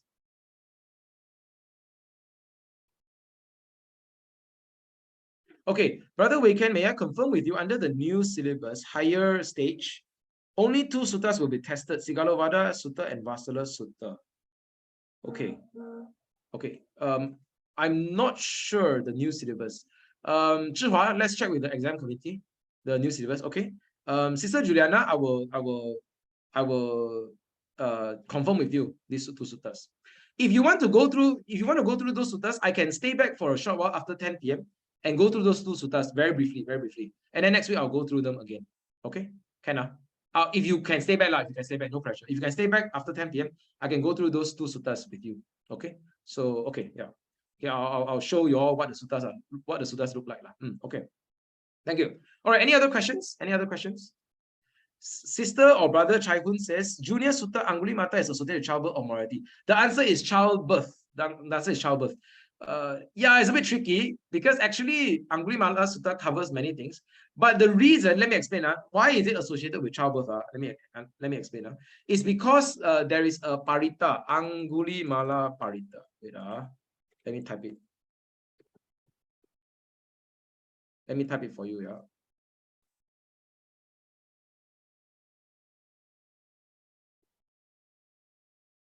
Angulimala parita. So this is like a chant for blessings, like a chant for blessings. And let me tell the story. Yeah. So when Venerable Angulimala, he was a disciple of the Buddha already. He met a woman who is about to give birth. He met a pregnant lady, a pregnant woman who is about to give birth, right? And so she was in pain. She was in pain. So Venerable Angulimala wanted to help her, wanted to do something for her. So he chanted. He made a declaration of truth. He said, by the power of my truth. Let me explain. Let me repeat. Let me rephrase. Since I was born, the Angulimala says, since I was born in the noble birth, that means since I became a disciple of the Buddha, I had never intentionally harmed any living being. By the power of this truth, may you be well. So he made this declaration of truth, and so the mother and the baby was safe and well and free from pain. So this was what happened. Okay. The answer given is D, morality, for question 30. May you check. Okay, thank you for the question. Let us check. Zhihua, take note. Yeah, we'll check the answer and see whether it's morality or childbirth. Oh, this is very tricky. Yeah. Let us check for the correct answer. All right. So actually now I can share with you all the Angulimala. How does it look like? Okay, so this is the Angulimala Parita. Okay. Sister, since being born in the noble birth, I am not aware that I have intentionally deprived a being of life. By this truth, may you be well, and so may the child in your womb. So this is the sutta. Sorry, this is the Angulimala Parita. So even today, sometimes in other countries, people would chant this Angulimala Parita for blessings during a woman's childbirth. You know, so this is the chant. Okay, to share with you all. Okay, Sister Lina says belt is to tighten the clothing and to tie up the clothing. Yep, that's what I guessed. Yep, that's good. Thank you, Sister Lina. All right, so now let's end it here. We're going to take a picture, right? We're going to take a group picture and then we end it here. And then for those who want to stay back for more questions, we will. I can still answer your questions. Yeah. Okay, good. So let's turn on our camera, our video camera, and let's take a group picture. Yay. And then we can. Yeah, and then we, those who need to leave can leave. Yeah.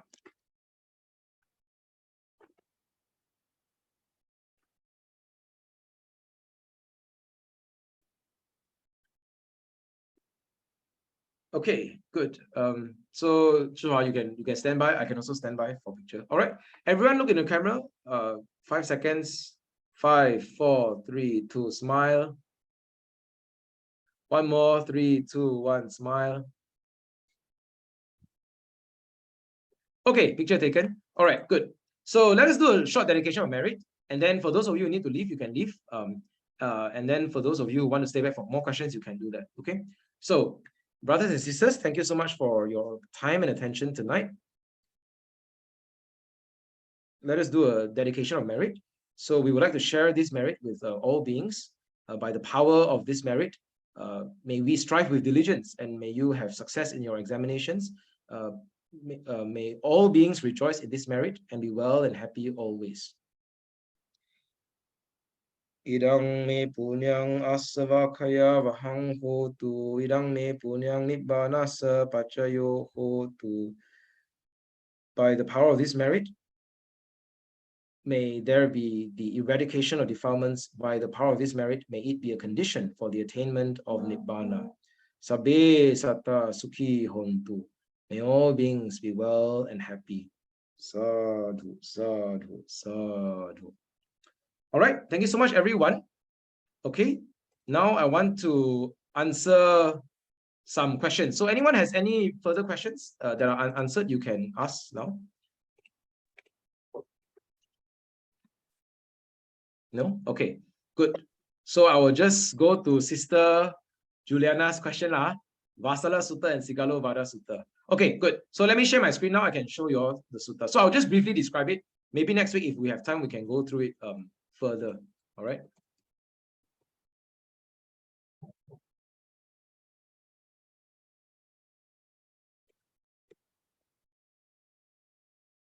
Okay, I'm Googling it for the...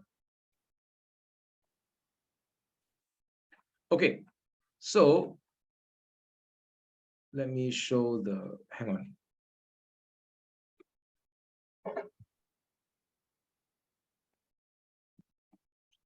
Let me show the Sutta. Let me show my screen. Brother Walter says, for junior stage, can I know all the symbols for Buddhism? What does that mean, brother? I'm not sure if I understand. So like the symbols, like the Buddha image, the wheel of Dhamma, is that what you mean?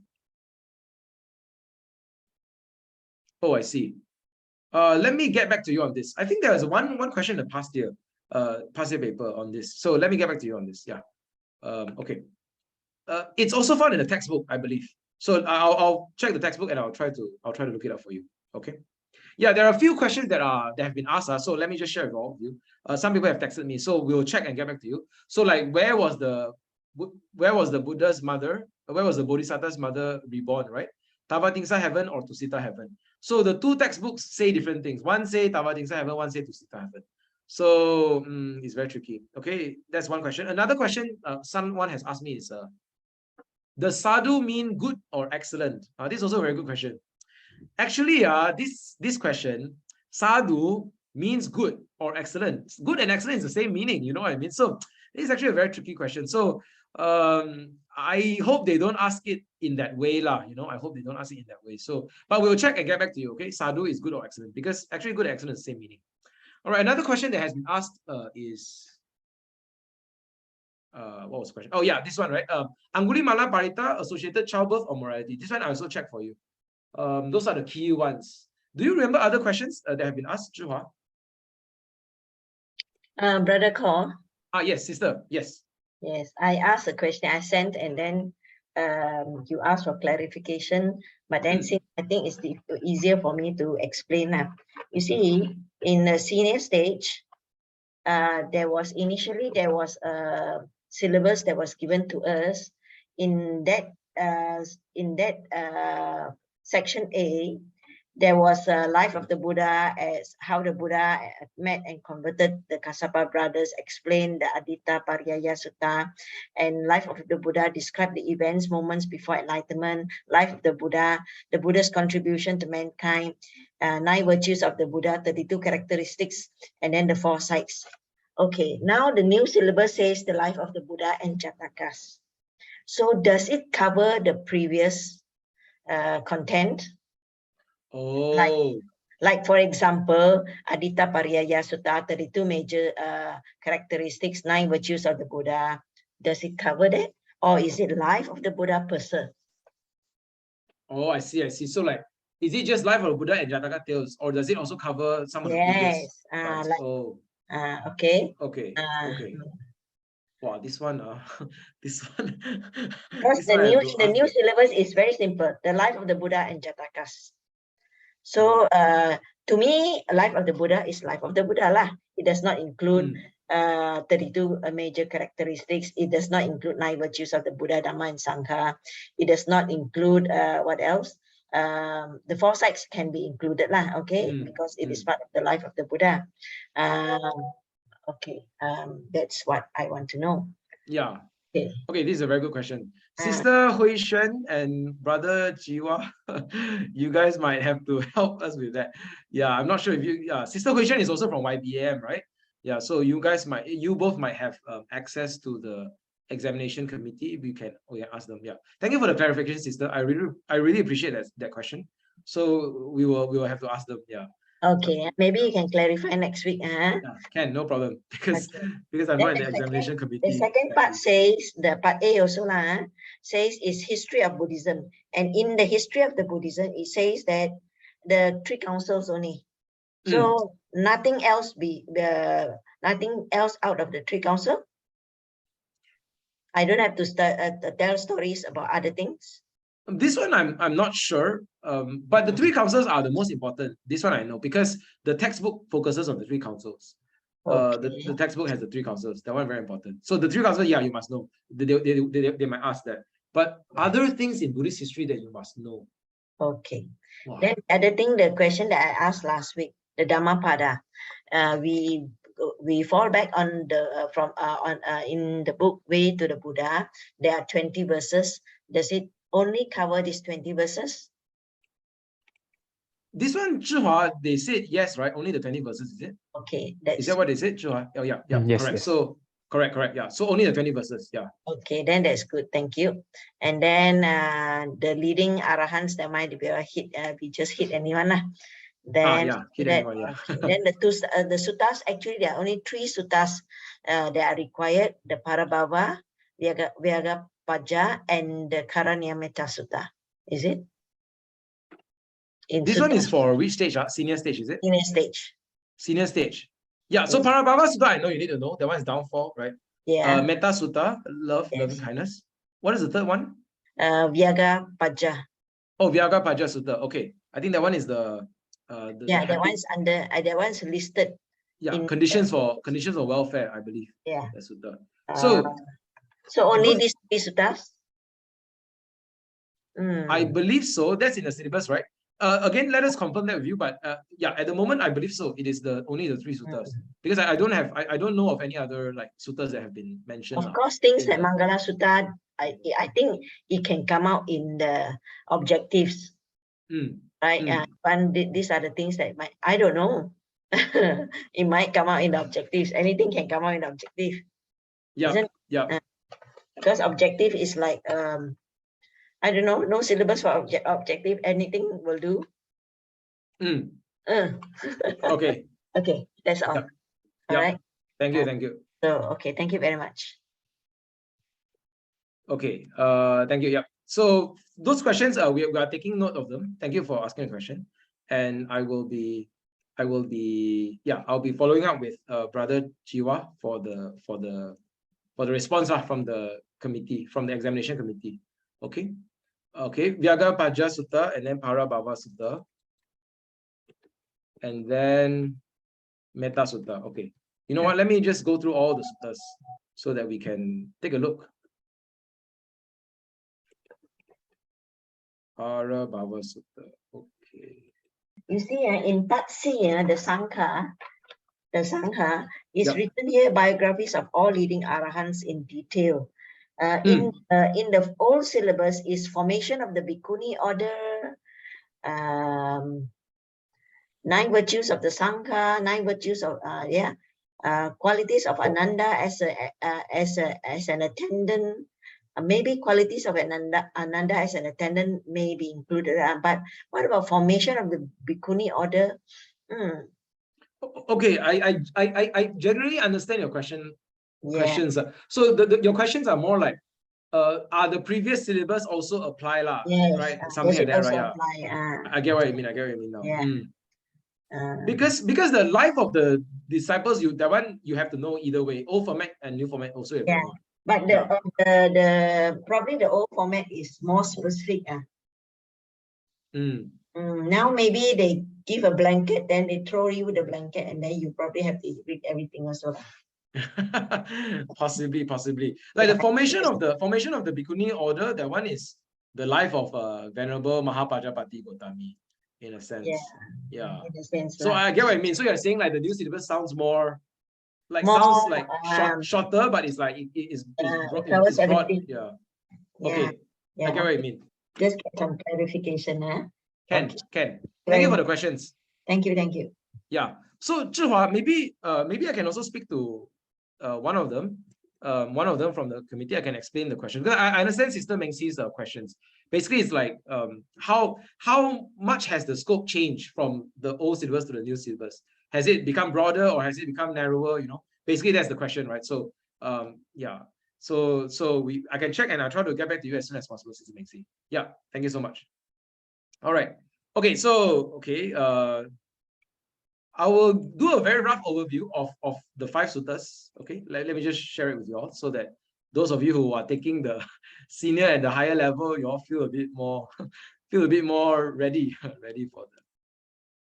for the exam. Okay, so let's go with MYTTA Sutta first. Okay, MYTTA Sutta, this is a good link. This is from the Nalanda Buddhist Society's website. So the background story of the MYTTA Sutta is meditation. So the disciples of the Buddha, the monks, they want to practice meditation. So they go to the forest, but then they were a bit disturbed, not so peaceful. So there is all these devas that devas in the spirits and devas, they were not so they don't welcome the meditators so much, right? So the Buddha said, okay, I teach you this MYTTA Sutta as an object of meditation and for protection. Meditation and for protection. So with the power of this metta, the monks radiated their loving kindness to the devas, and the devas also practice loving kindness, right? So with this power of the MYTTA Sutta, they are able to meditate and practice well. So this is the background stories. So the MYTTA Sutta is a very comprehensive sutta.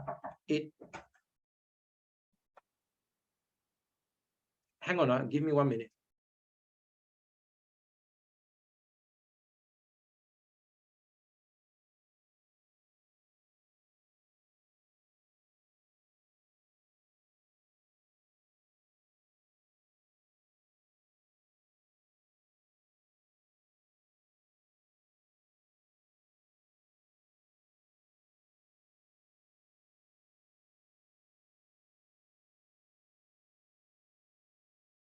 Okay, my apologies. All right. So the MYTTA Sutta is very comprehensive. It actually covers a number of qualities of a practitioner. Skilled in the good, able, upright, and then gentle, humble, teachable, all right, or open to teaching or open to admonishment, okay, and so on. So these are the qualities of a good practitioner. And then after listing out the qualities of the good practitioner, all right, contented, easy to support, and so on. And then the sutta goes on to describe the spirit of loving kindness, the attitude of loving kindness, the mental state of loving kindness, right? So wishing all beings be well and safe. Okay, so this is a very powerful sutta. And of course, from the sutta, we have this very famous quote, right? Just as a mother would protect her own child with her life, even so, let one cultivate boundless thoughts of loving kindness towards all beings. Correct? Right. So this is a very good practice to the practice of loving kindness. Good manual to the practice of loving kindness. Okay. So in this document, you can actually see the meaning of the words. All right. Let me share this link in the chat. Then you can refer to it. All right. Now let's go to Vyagapaja Sutta or Digajanu Sutta. These are conditions for welfare. So in this sutta, okay, actually let's just read this. In this sutta, the Buddha instructs rich householders how to preserve and increase their prosperity and how to avoid loss of wealth. Wealth alone, however, does not make a complete man nor a harmonious society. Possession of wealth all too often multiplies man's desires. The unrestrained craving leaves him dissatisfied and stifles his inner growth. Okay, so the Buddha follows up on his advice on material welfare with 4 essential conditions for spiritual welfare. All right, so it's important to understand that in this sutta, Digajanu Sutta, or Vyagapaja Sutta, the Buddha is talking to someone named Digajanu. All right, so Digajanu was a lay person, and he was asking the Buddha how to live a lay life well. Okay, so many of the Buddha's disciples were not lay people, right? They were monks and nuns, okay? So they are not so worried about, the monks and nuns, they are not so worried about money, okay? They're not so worried about a wife and children, they are not worried about those things, correct or not? But some of us who are not monastic practitioners, we might have to worry about our family, husband, wife, children, our wealth and money. Okay, so we might have to worry about those things. So Digajanu, this disciple, this lay disciple, also voiced out his concerns. So he says to the Buddha, Bhante, Lord, we are lay people who enjoy worldly pleasure. We have wife, we have children. We use the sandalwood of Kasi. What does that mean? That means they use very good material, you know, for their clothing. We use cotton. We use all this expensive material. We also beautify ourselves. We decorate. Is that the right word? We decorate ourselves. We beautify ourselves with perfume and all these decorations, right? All these ways of beautifying our body. We use gold and silver. We use money, right? To those like us, please teach the way. But not just the way to welfare in this life. Digajanu also says welfare and happiness in a future life. So it's important. So in this sutta, it covers two aspects: welfare and happiness in this life, and also welfare and happiness in the future life. All right. So for those of you who want to know, you can read the sutta. Four important conditions for worldly progress in this life. Number one is persistent effort, persistent initiative, persistent energy. All right, strong commitment, strong initiative. All right. So the important word here is whatsoever. Whatsoever. Sometimes people will ask me, students, young students can ask me, what career should I do? Should I be a doctor or an engineer or a teacher or a lawyer? Or my answer is whatever, whatsoever, whatsoever. The Buddha says whatsoever activity you are doing, whether you're a doctor or an engineer or an accountant or whatever, okay, whatever activity you're doing. And then the Buddha gives examples, you know, whether by farming or by trading or by rearing, how do I pronounce this? I don't know. Okay, by rearing a cattle, by archery, by service under the king, as a civil servant, or by any other kind of craft, the Buddha says, at that he becomes skillful and is not lazy. He is endowed with the power of discernment as to the proper ways and means. That means you have to discern and learn and find out the proper methods, the proper ways. Okay, so this is the first condition. Second condition is watchfulness. Watchfulness. How do you protect your wealth? How do you protect your ideas? Today, there's a word called intellectual property. So when you have a brilliant business idea, how do you protect your idea?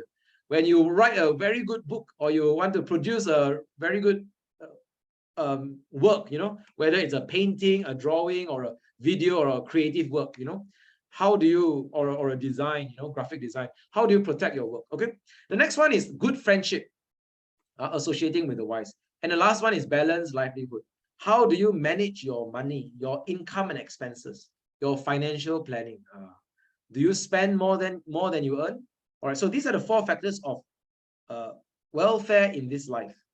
And then the next one is and then the Buddha also says there are four ways of destruction. How do you lose your wealth?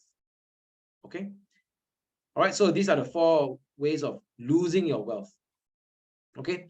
So the Buddha is saying one is the inlet and outlet. So you can see one is the inlet and one is the outlet. That means you need to develop the conditions for welfare so that more wealth can come in. Okay. And then you need to close the exits. You know, you close the outlets you close the ways for the wealth to fall away or to go away. Then your wealth will continue to increase. Correct or not? Right? If you have a lot of money, but you spend it on gambling, you spend it on alcohol and partying and all these things, then your money come in, your money go out. You waste away your money. So your wealth does not grow. But the way to do it is gather wealth and then do not lose your wealth. Do not let your wealth waste away. Okay, that's the way. Okay. All right. Then the Buddha goes on to talk about the conditions for welfare in the future life.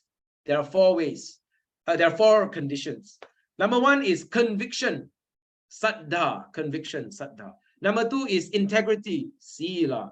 Number three is chaga, generosity or charity. And number four is wisdom, panya. By these four conditions, we can cultivate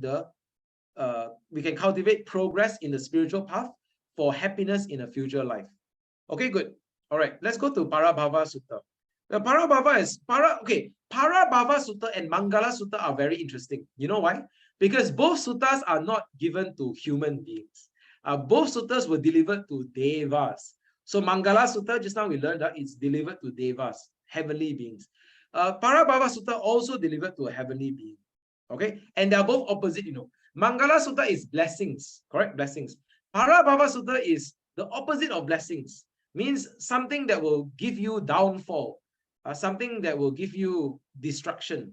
Okay, in Chinese, Chinese people we say ong, correct? Not ong, blessings. Ong, ong, what ong, okay? Ong. This is blessings, Mangala. Parabhava Sutta, we say sui, sui, bad luck. Very sui, this is Parabhava Sutta. So these two suttas are very interesting. So in the Mangala Sutta, you see the list of 38 blessings. In the Parabhava Sutta, you see the list of conditions for downfall. Very good sutta, very, very good sutta. You can actually read, and you might find some of your own life inside.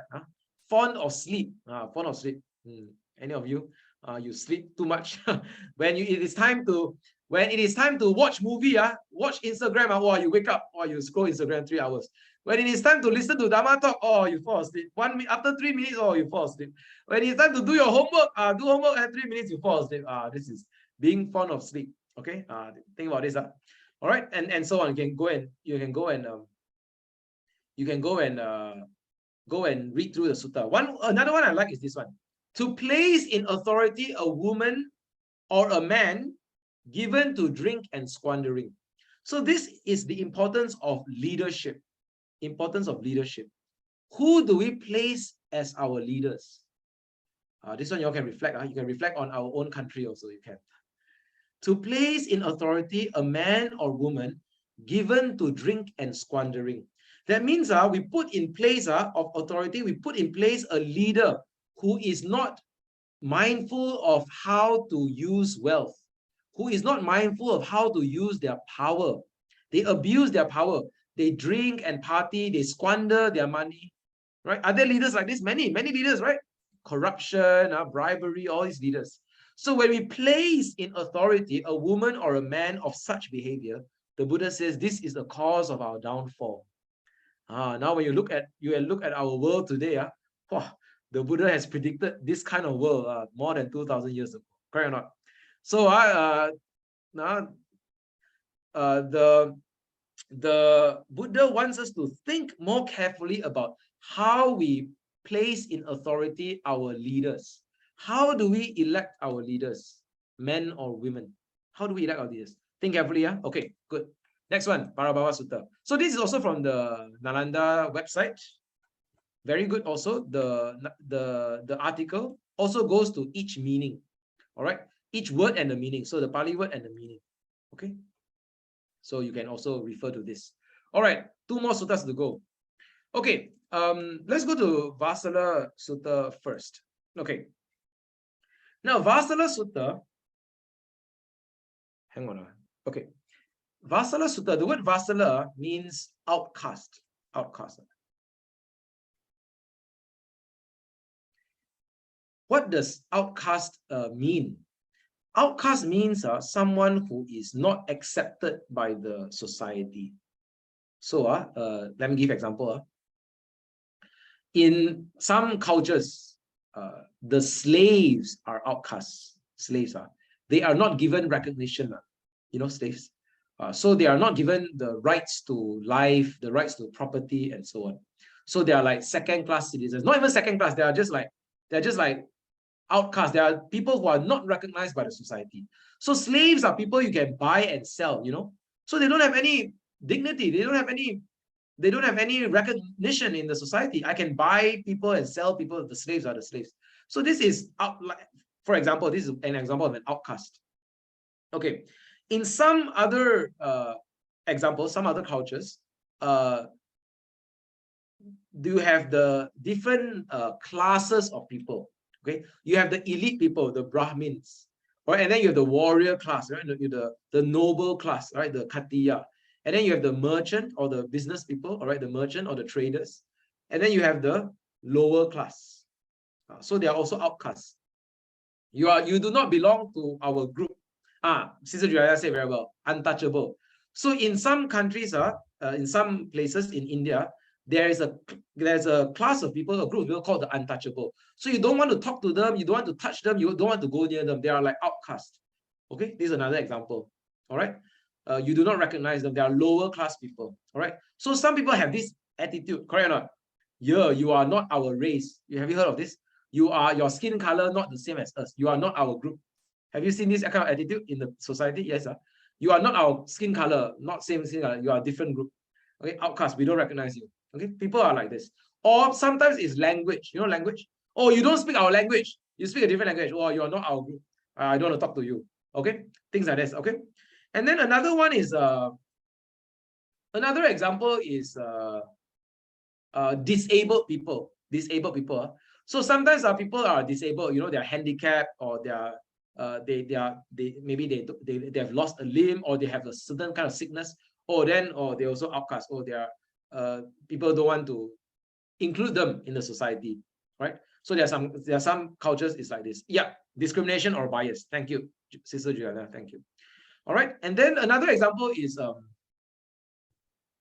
I don't know whether this is too sensitive, but let me explain. So another example is like in some rituals, you know, sometimes you go to a ceremony or ritual or a temple or a place of worship, and then they don't let menstruating women go in. Have you heard of this before?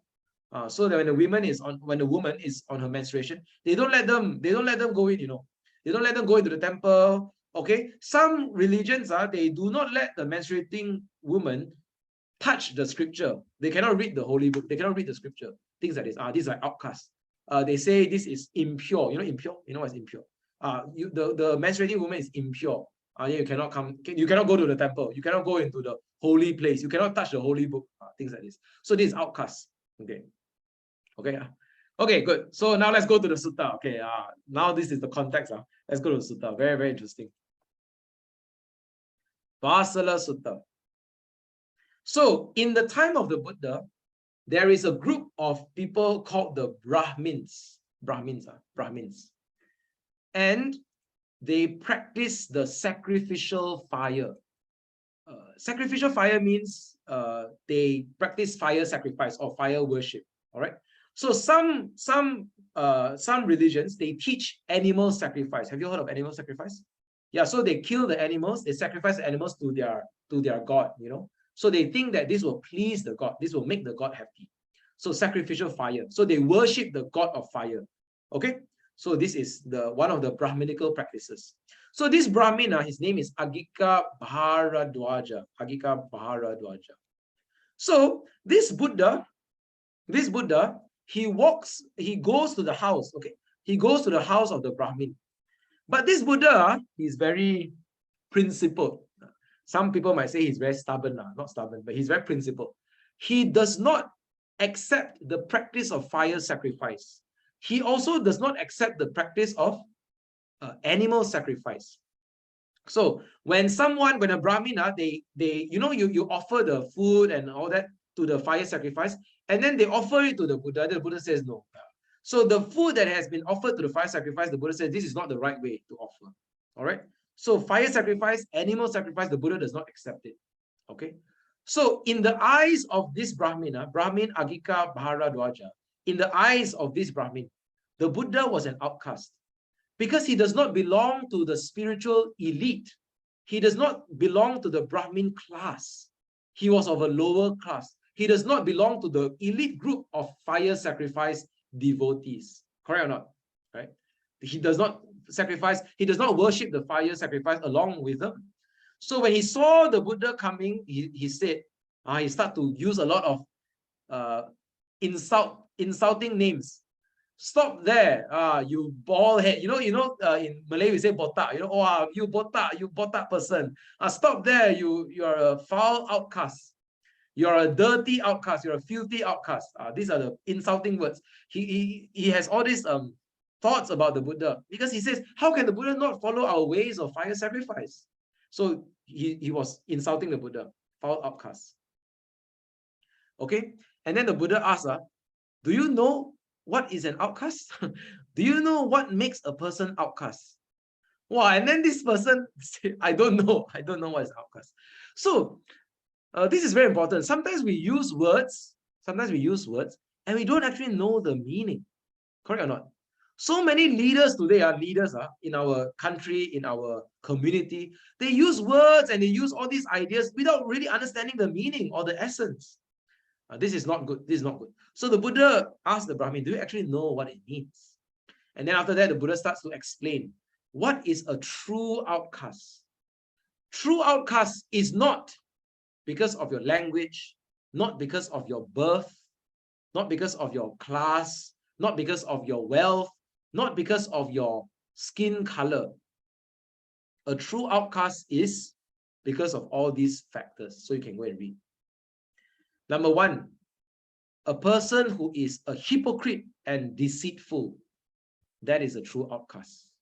All right. A person who, let me see, a person who kills people, brings destruction and oppresses other people, this is an outcast.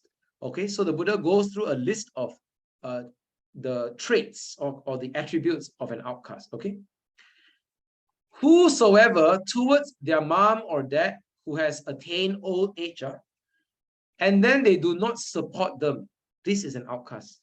When you have the money and the wealth, your mom and your dad have attained to old age, they have grown old, and then you do not support your parents, and you are an outcast.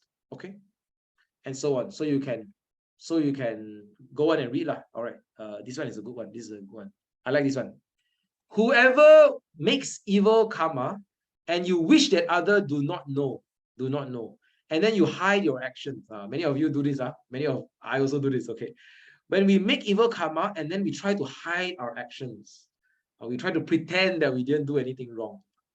We try to pretend. We try to say, it's not me. It's not me. You know. And we blame other people. Sometimes we do this thing, all right? Then this is also an outcast, okay? So you can read the sutta. Okay, let's go to the final one. The final sutta is the Sigalovada Sutta. Sigalovada Sutta is a very long sutta. So over here, okay, because it's a long sutta, I won't go through everything. I will just explain very briefly.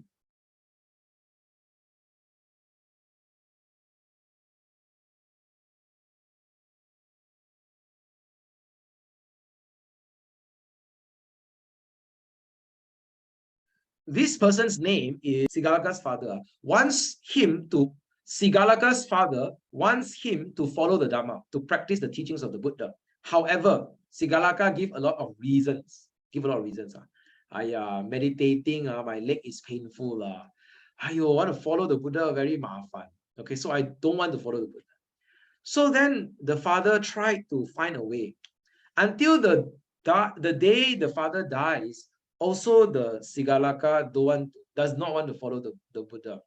So the father thought of a way. He says, as a tradition, as a family tradition, after I die, you should continue to worship the 6 directions. Okay, worship 6 directions.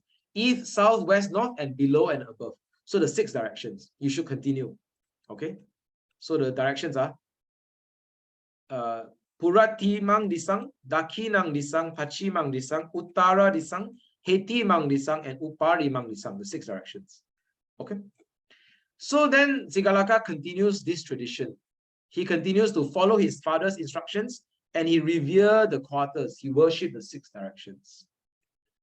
Because the father knows one day the Buddha might pass by and see this, and the Buddha might use it as an opportunity to teach. Wow, very smart father. Next time, all you parents here, you try to find a way to teach your children. Wow, you have to think of this, okay? Think of a way. So one day the Buddha passes by and he saw Sigalaka revering the quarters, revering the 6 directions. And then the Buddha says, that's not how the 6 directions should be worshipped or should be revered in the training of the noble one. So Sigalaka says, so how should the 6 directions be revered? Then the Buddha goes on to describe how is it. So the first is the Buddha talks about the the negative things, the corrupt deeds, and the 4 grounds of injustice, the 4 grounds of bad, of injustice, of bad karma. Okay, so you can read it. All right. And then after that, the Buddha talks about bad friends and good friends. Bad friends are bad friends and good friends. So if you want to know how to make good friends, how to associate with wise people, you can read this sutta, bad friends and also good friends. I really love this part about good friends. The Buddha talks about how to recognize a good friend, okay? How to recognize a good friend. And the Buddha talks about the 16 qualities of a good friend. So you can read it. And finally, the Buddha goes to talk about the 6 directions. 6 directions. Parents as the east, teachers as the south, partner and children as the west, friends and colleagues as the north, bond servants and workers as beneath, as the below direction, and ascetics and Brahmins as the above direction. So these 6 directions are the 6 pillars of society, the 6 relationships that make the society stable. That's why the Buddha talks about the 6 relationships. Parents and children, teachers and students, husband and wife, okay? Sorry, yeah, husband and wife, and then friends. Wait, let me repeat it. Parents and children, teachers and students, husband and wife, friends, between friends, and then employer and employee, and then the spiritual teacher, okay, the Brahmins and the contemplatives, spiritual teacher and the lay person. 6 directions, 6 relationships, okay? So each of these 6 relationships, the Buddha outlines 5 duties. 5 duties for the parents, 5 duties for the children, 5 duties for the friend, and 5 duties for the other friend, 5 duties for the master, and 5 duties for the servants or the workers, 5 duties for the husband, 5 duties for the wife, and so on. All right, so you can read it. This is quite a well-known sutta, and by protecting or by practicing these 5 ways,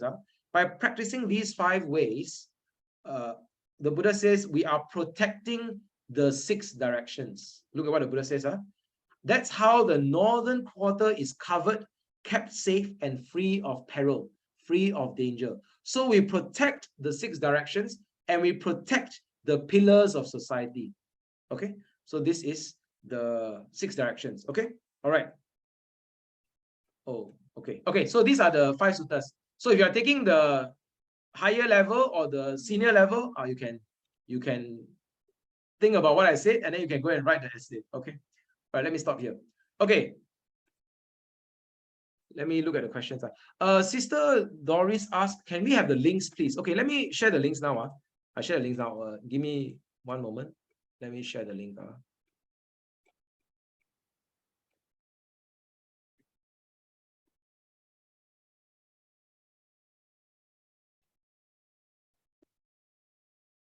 Later, I can share in the WhatsApp. So you, Zhihua, you remind me to share the WhatsApp later. I hope I remember to share the WhatsApp, the links.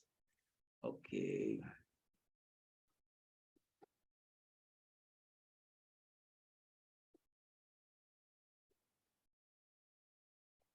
Okay. So, okay, I've shared the links, so you can refer to the links. Okay. Thank you, Sister Doris, for the question. All right. And then Sister Juliana, outcast means people like the untouchable class. Yeah. And then Zhihua says bias. Yeah, bias and discrimination. Okay, thank you. Thank you. Thank you, Sister Chiang Lili. Thank you. All right. Sister Juliana asked, Brother Weiken, can you roughly go through what does Atta Loka Dhamma, the 8 worldly conditions, next week, since today are required? Okay, Ken. Sister Juliana, I will go through that next week. Thank you for the question. Okay, Ken. Boleh. All right. Wow. Okay, all of you are very diligent students. Stay up until so late. Okay, thank you so much, all of you, for the time. Are there any questions? Sister Lina, all good? All good, huh? Okay, yes. Sister Lina used to, yeah. Very good, thank you. Very good. Thank you, thank you. Sadhu, sadhu. Sister Lina joins our youth fellowship Sutta study.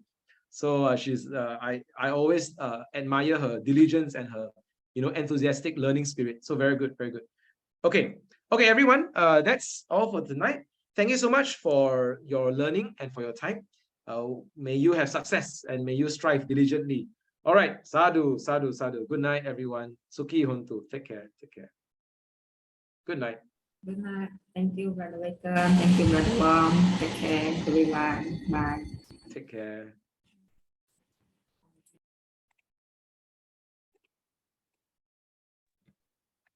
Good night, Brother Waken. Thank you. Sadhu, sadhu, sadhu. Sadhu, sadhu. Good night.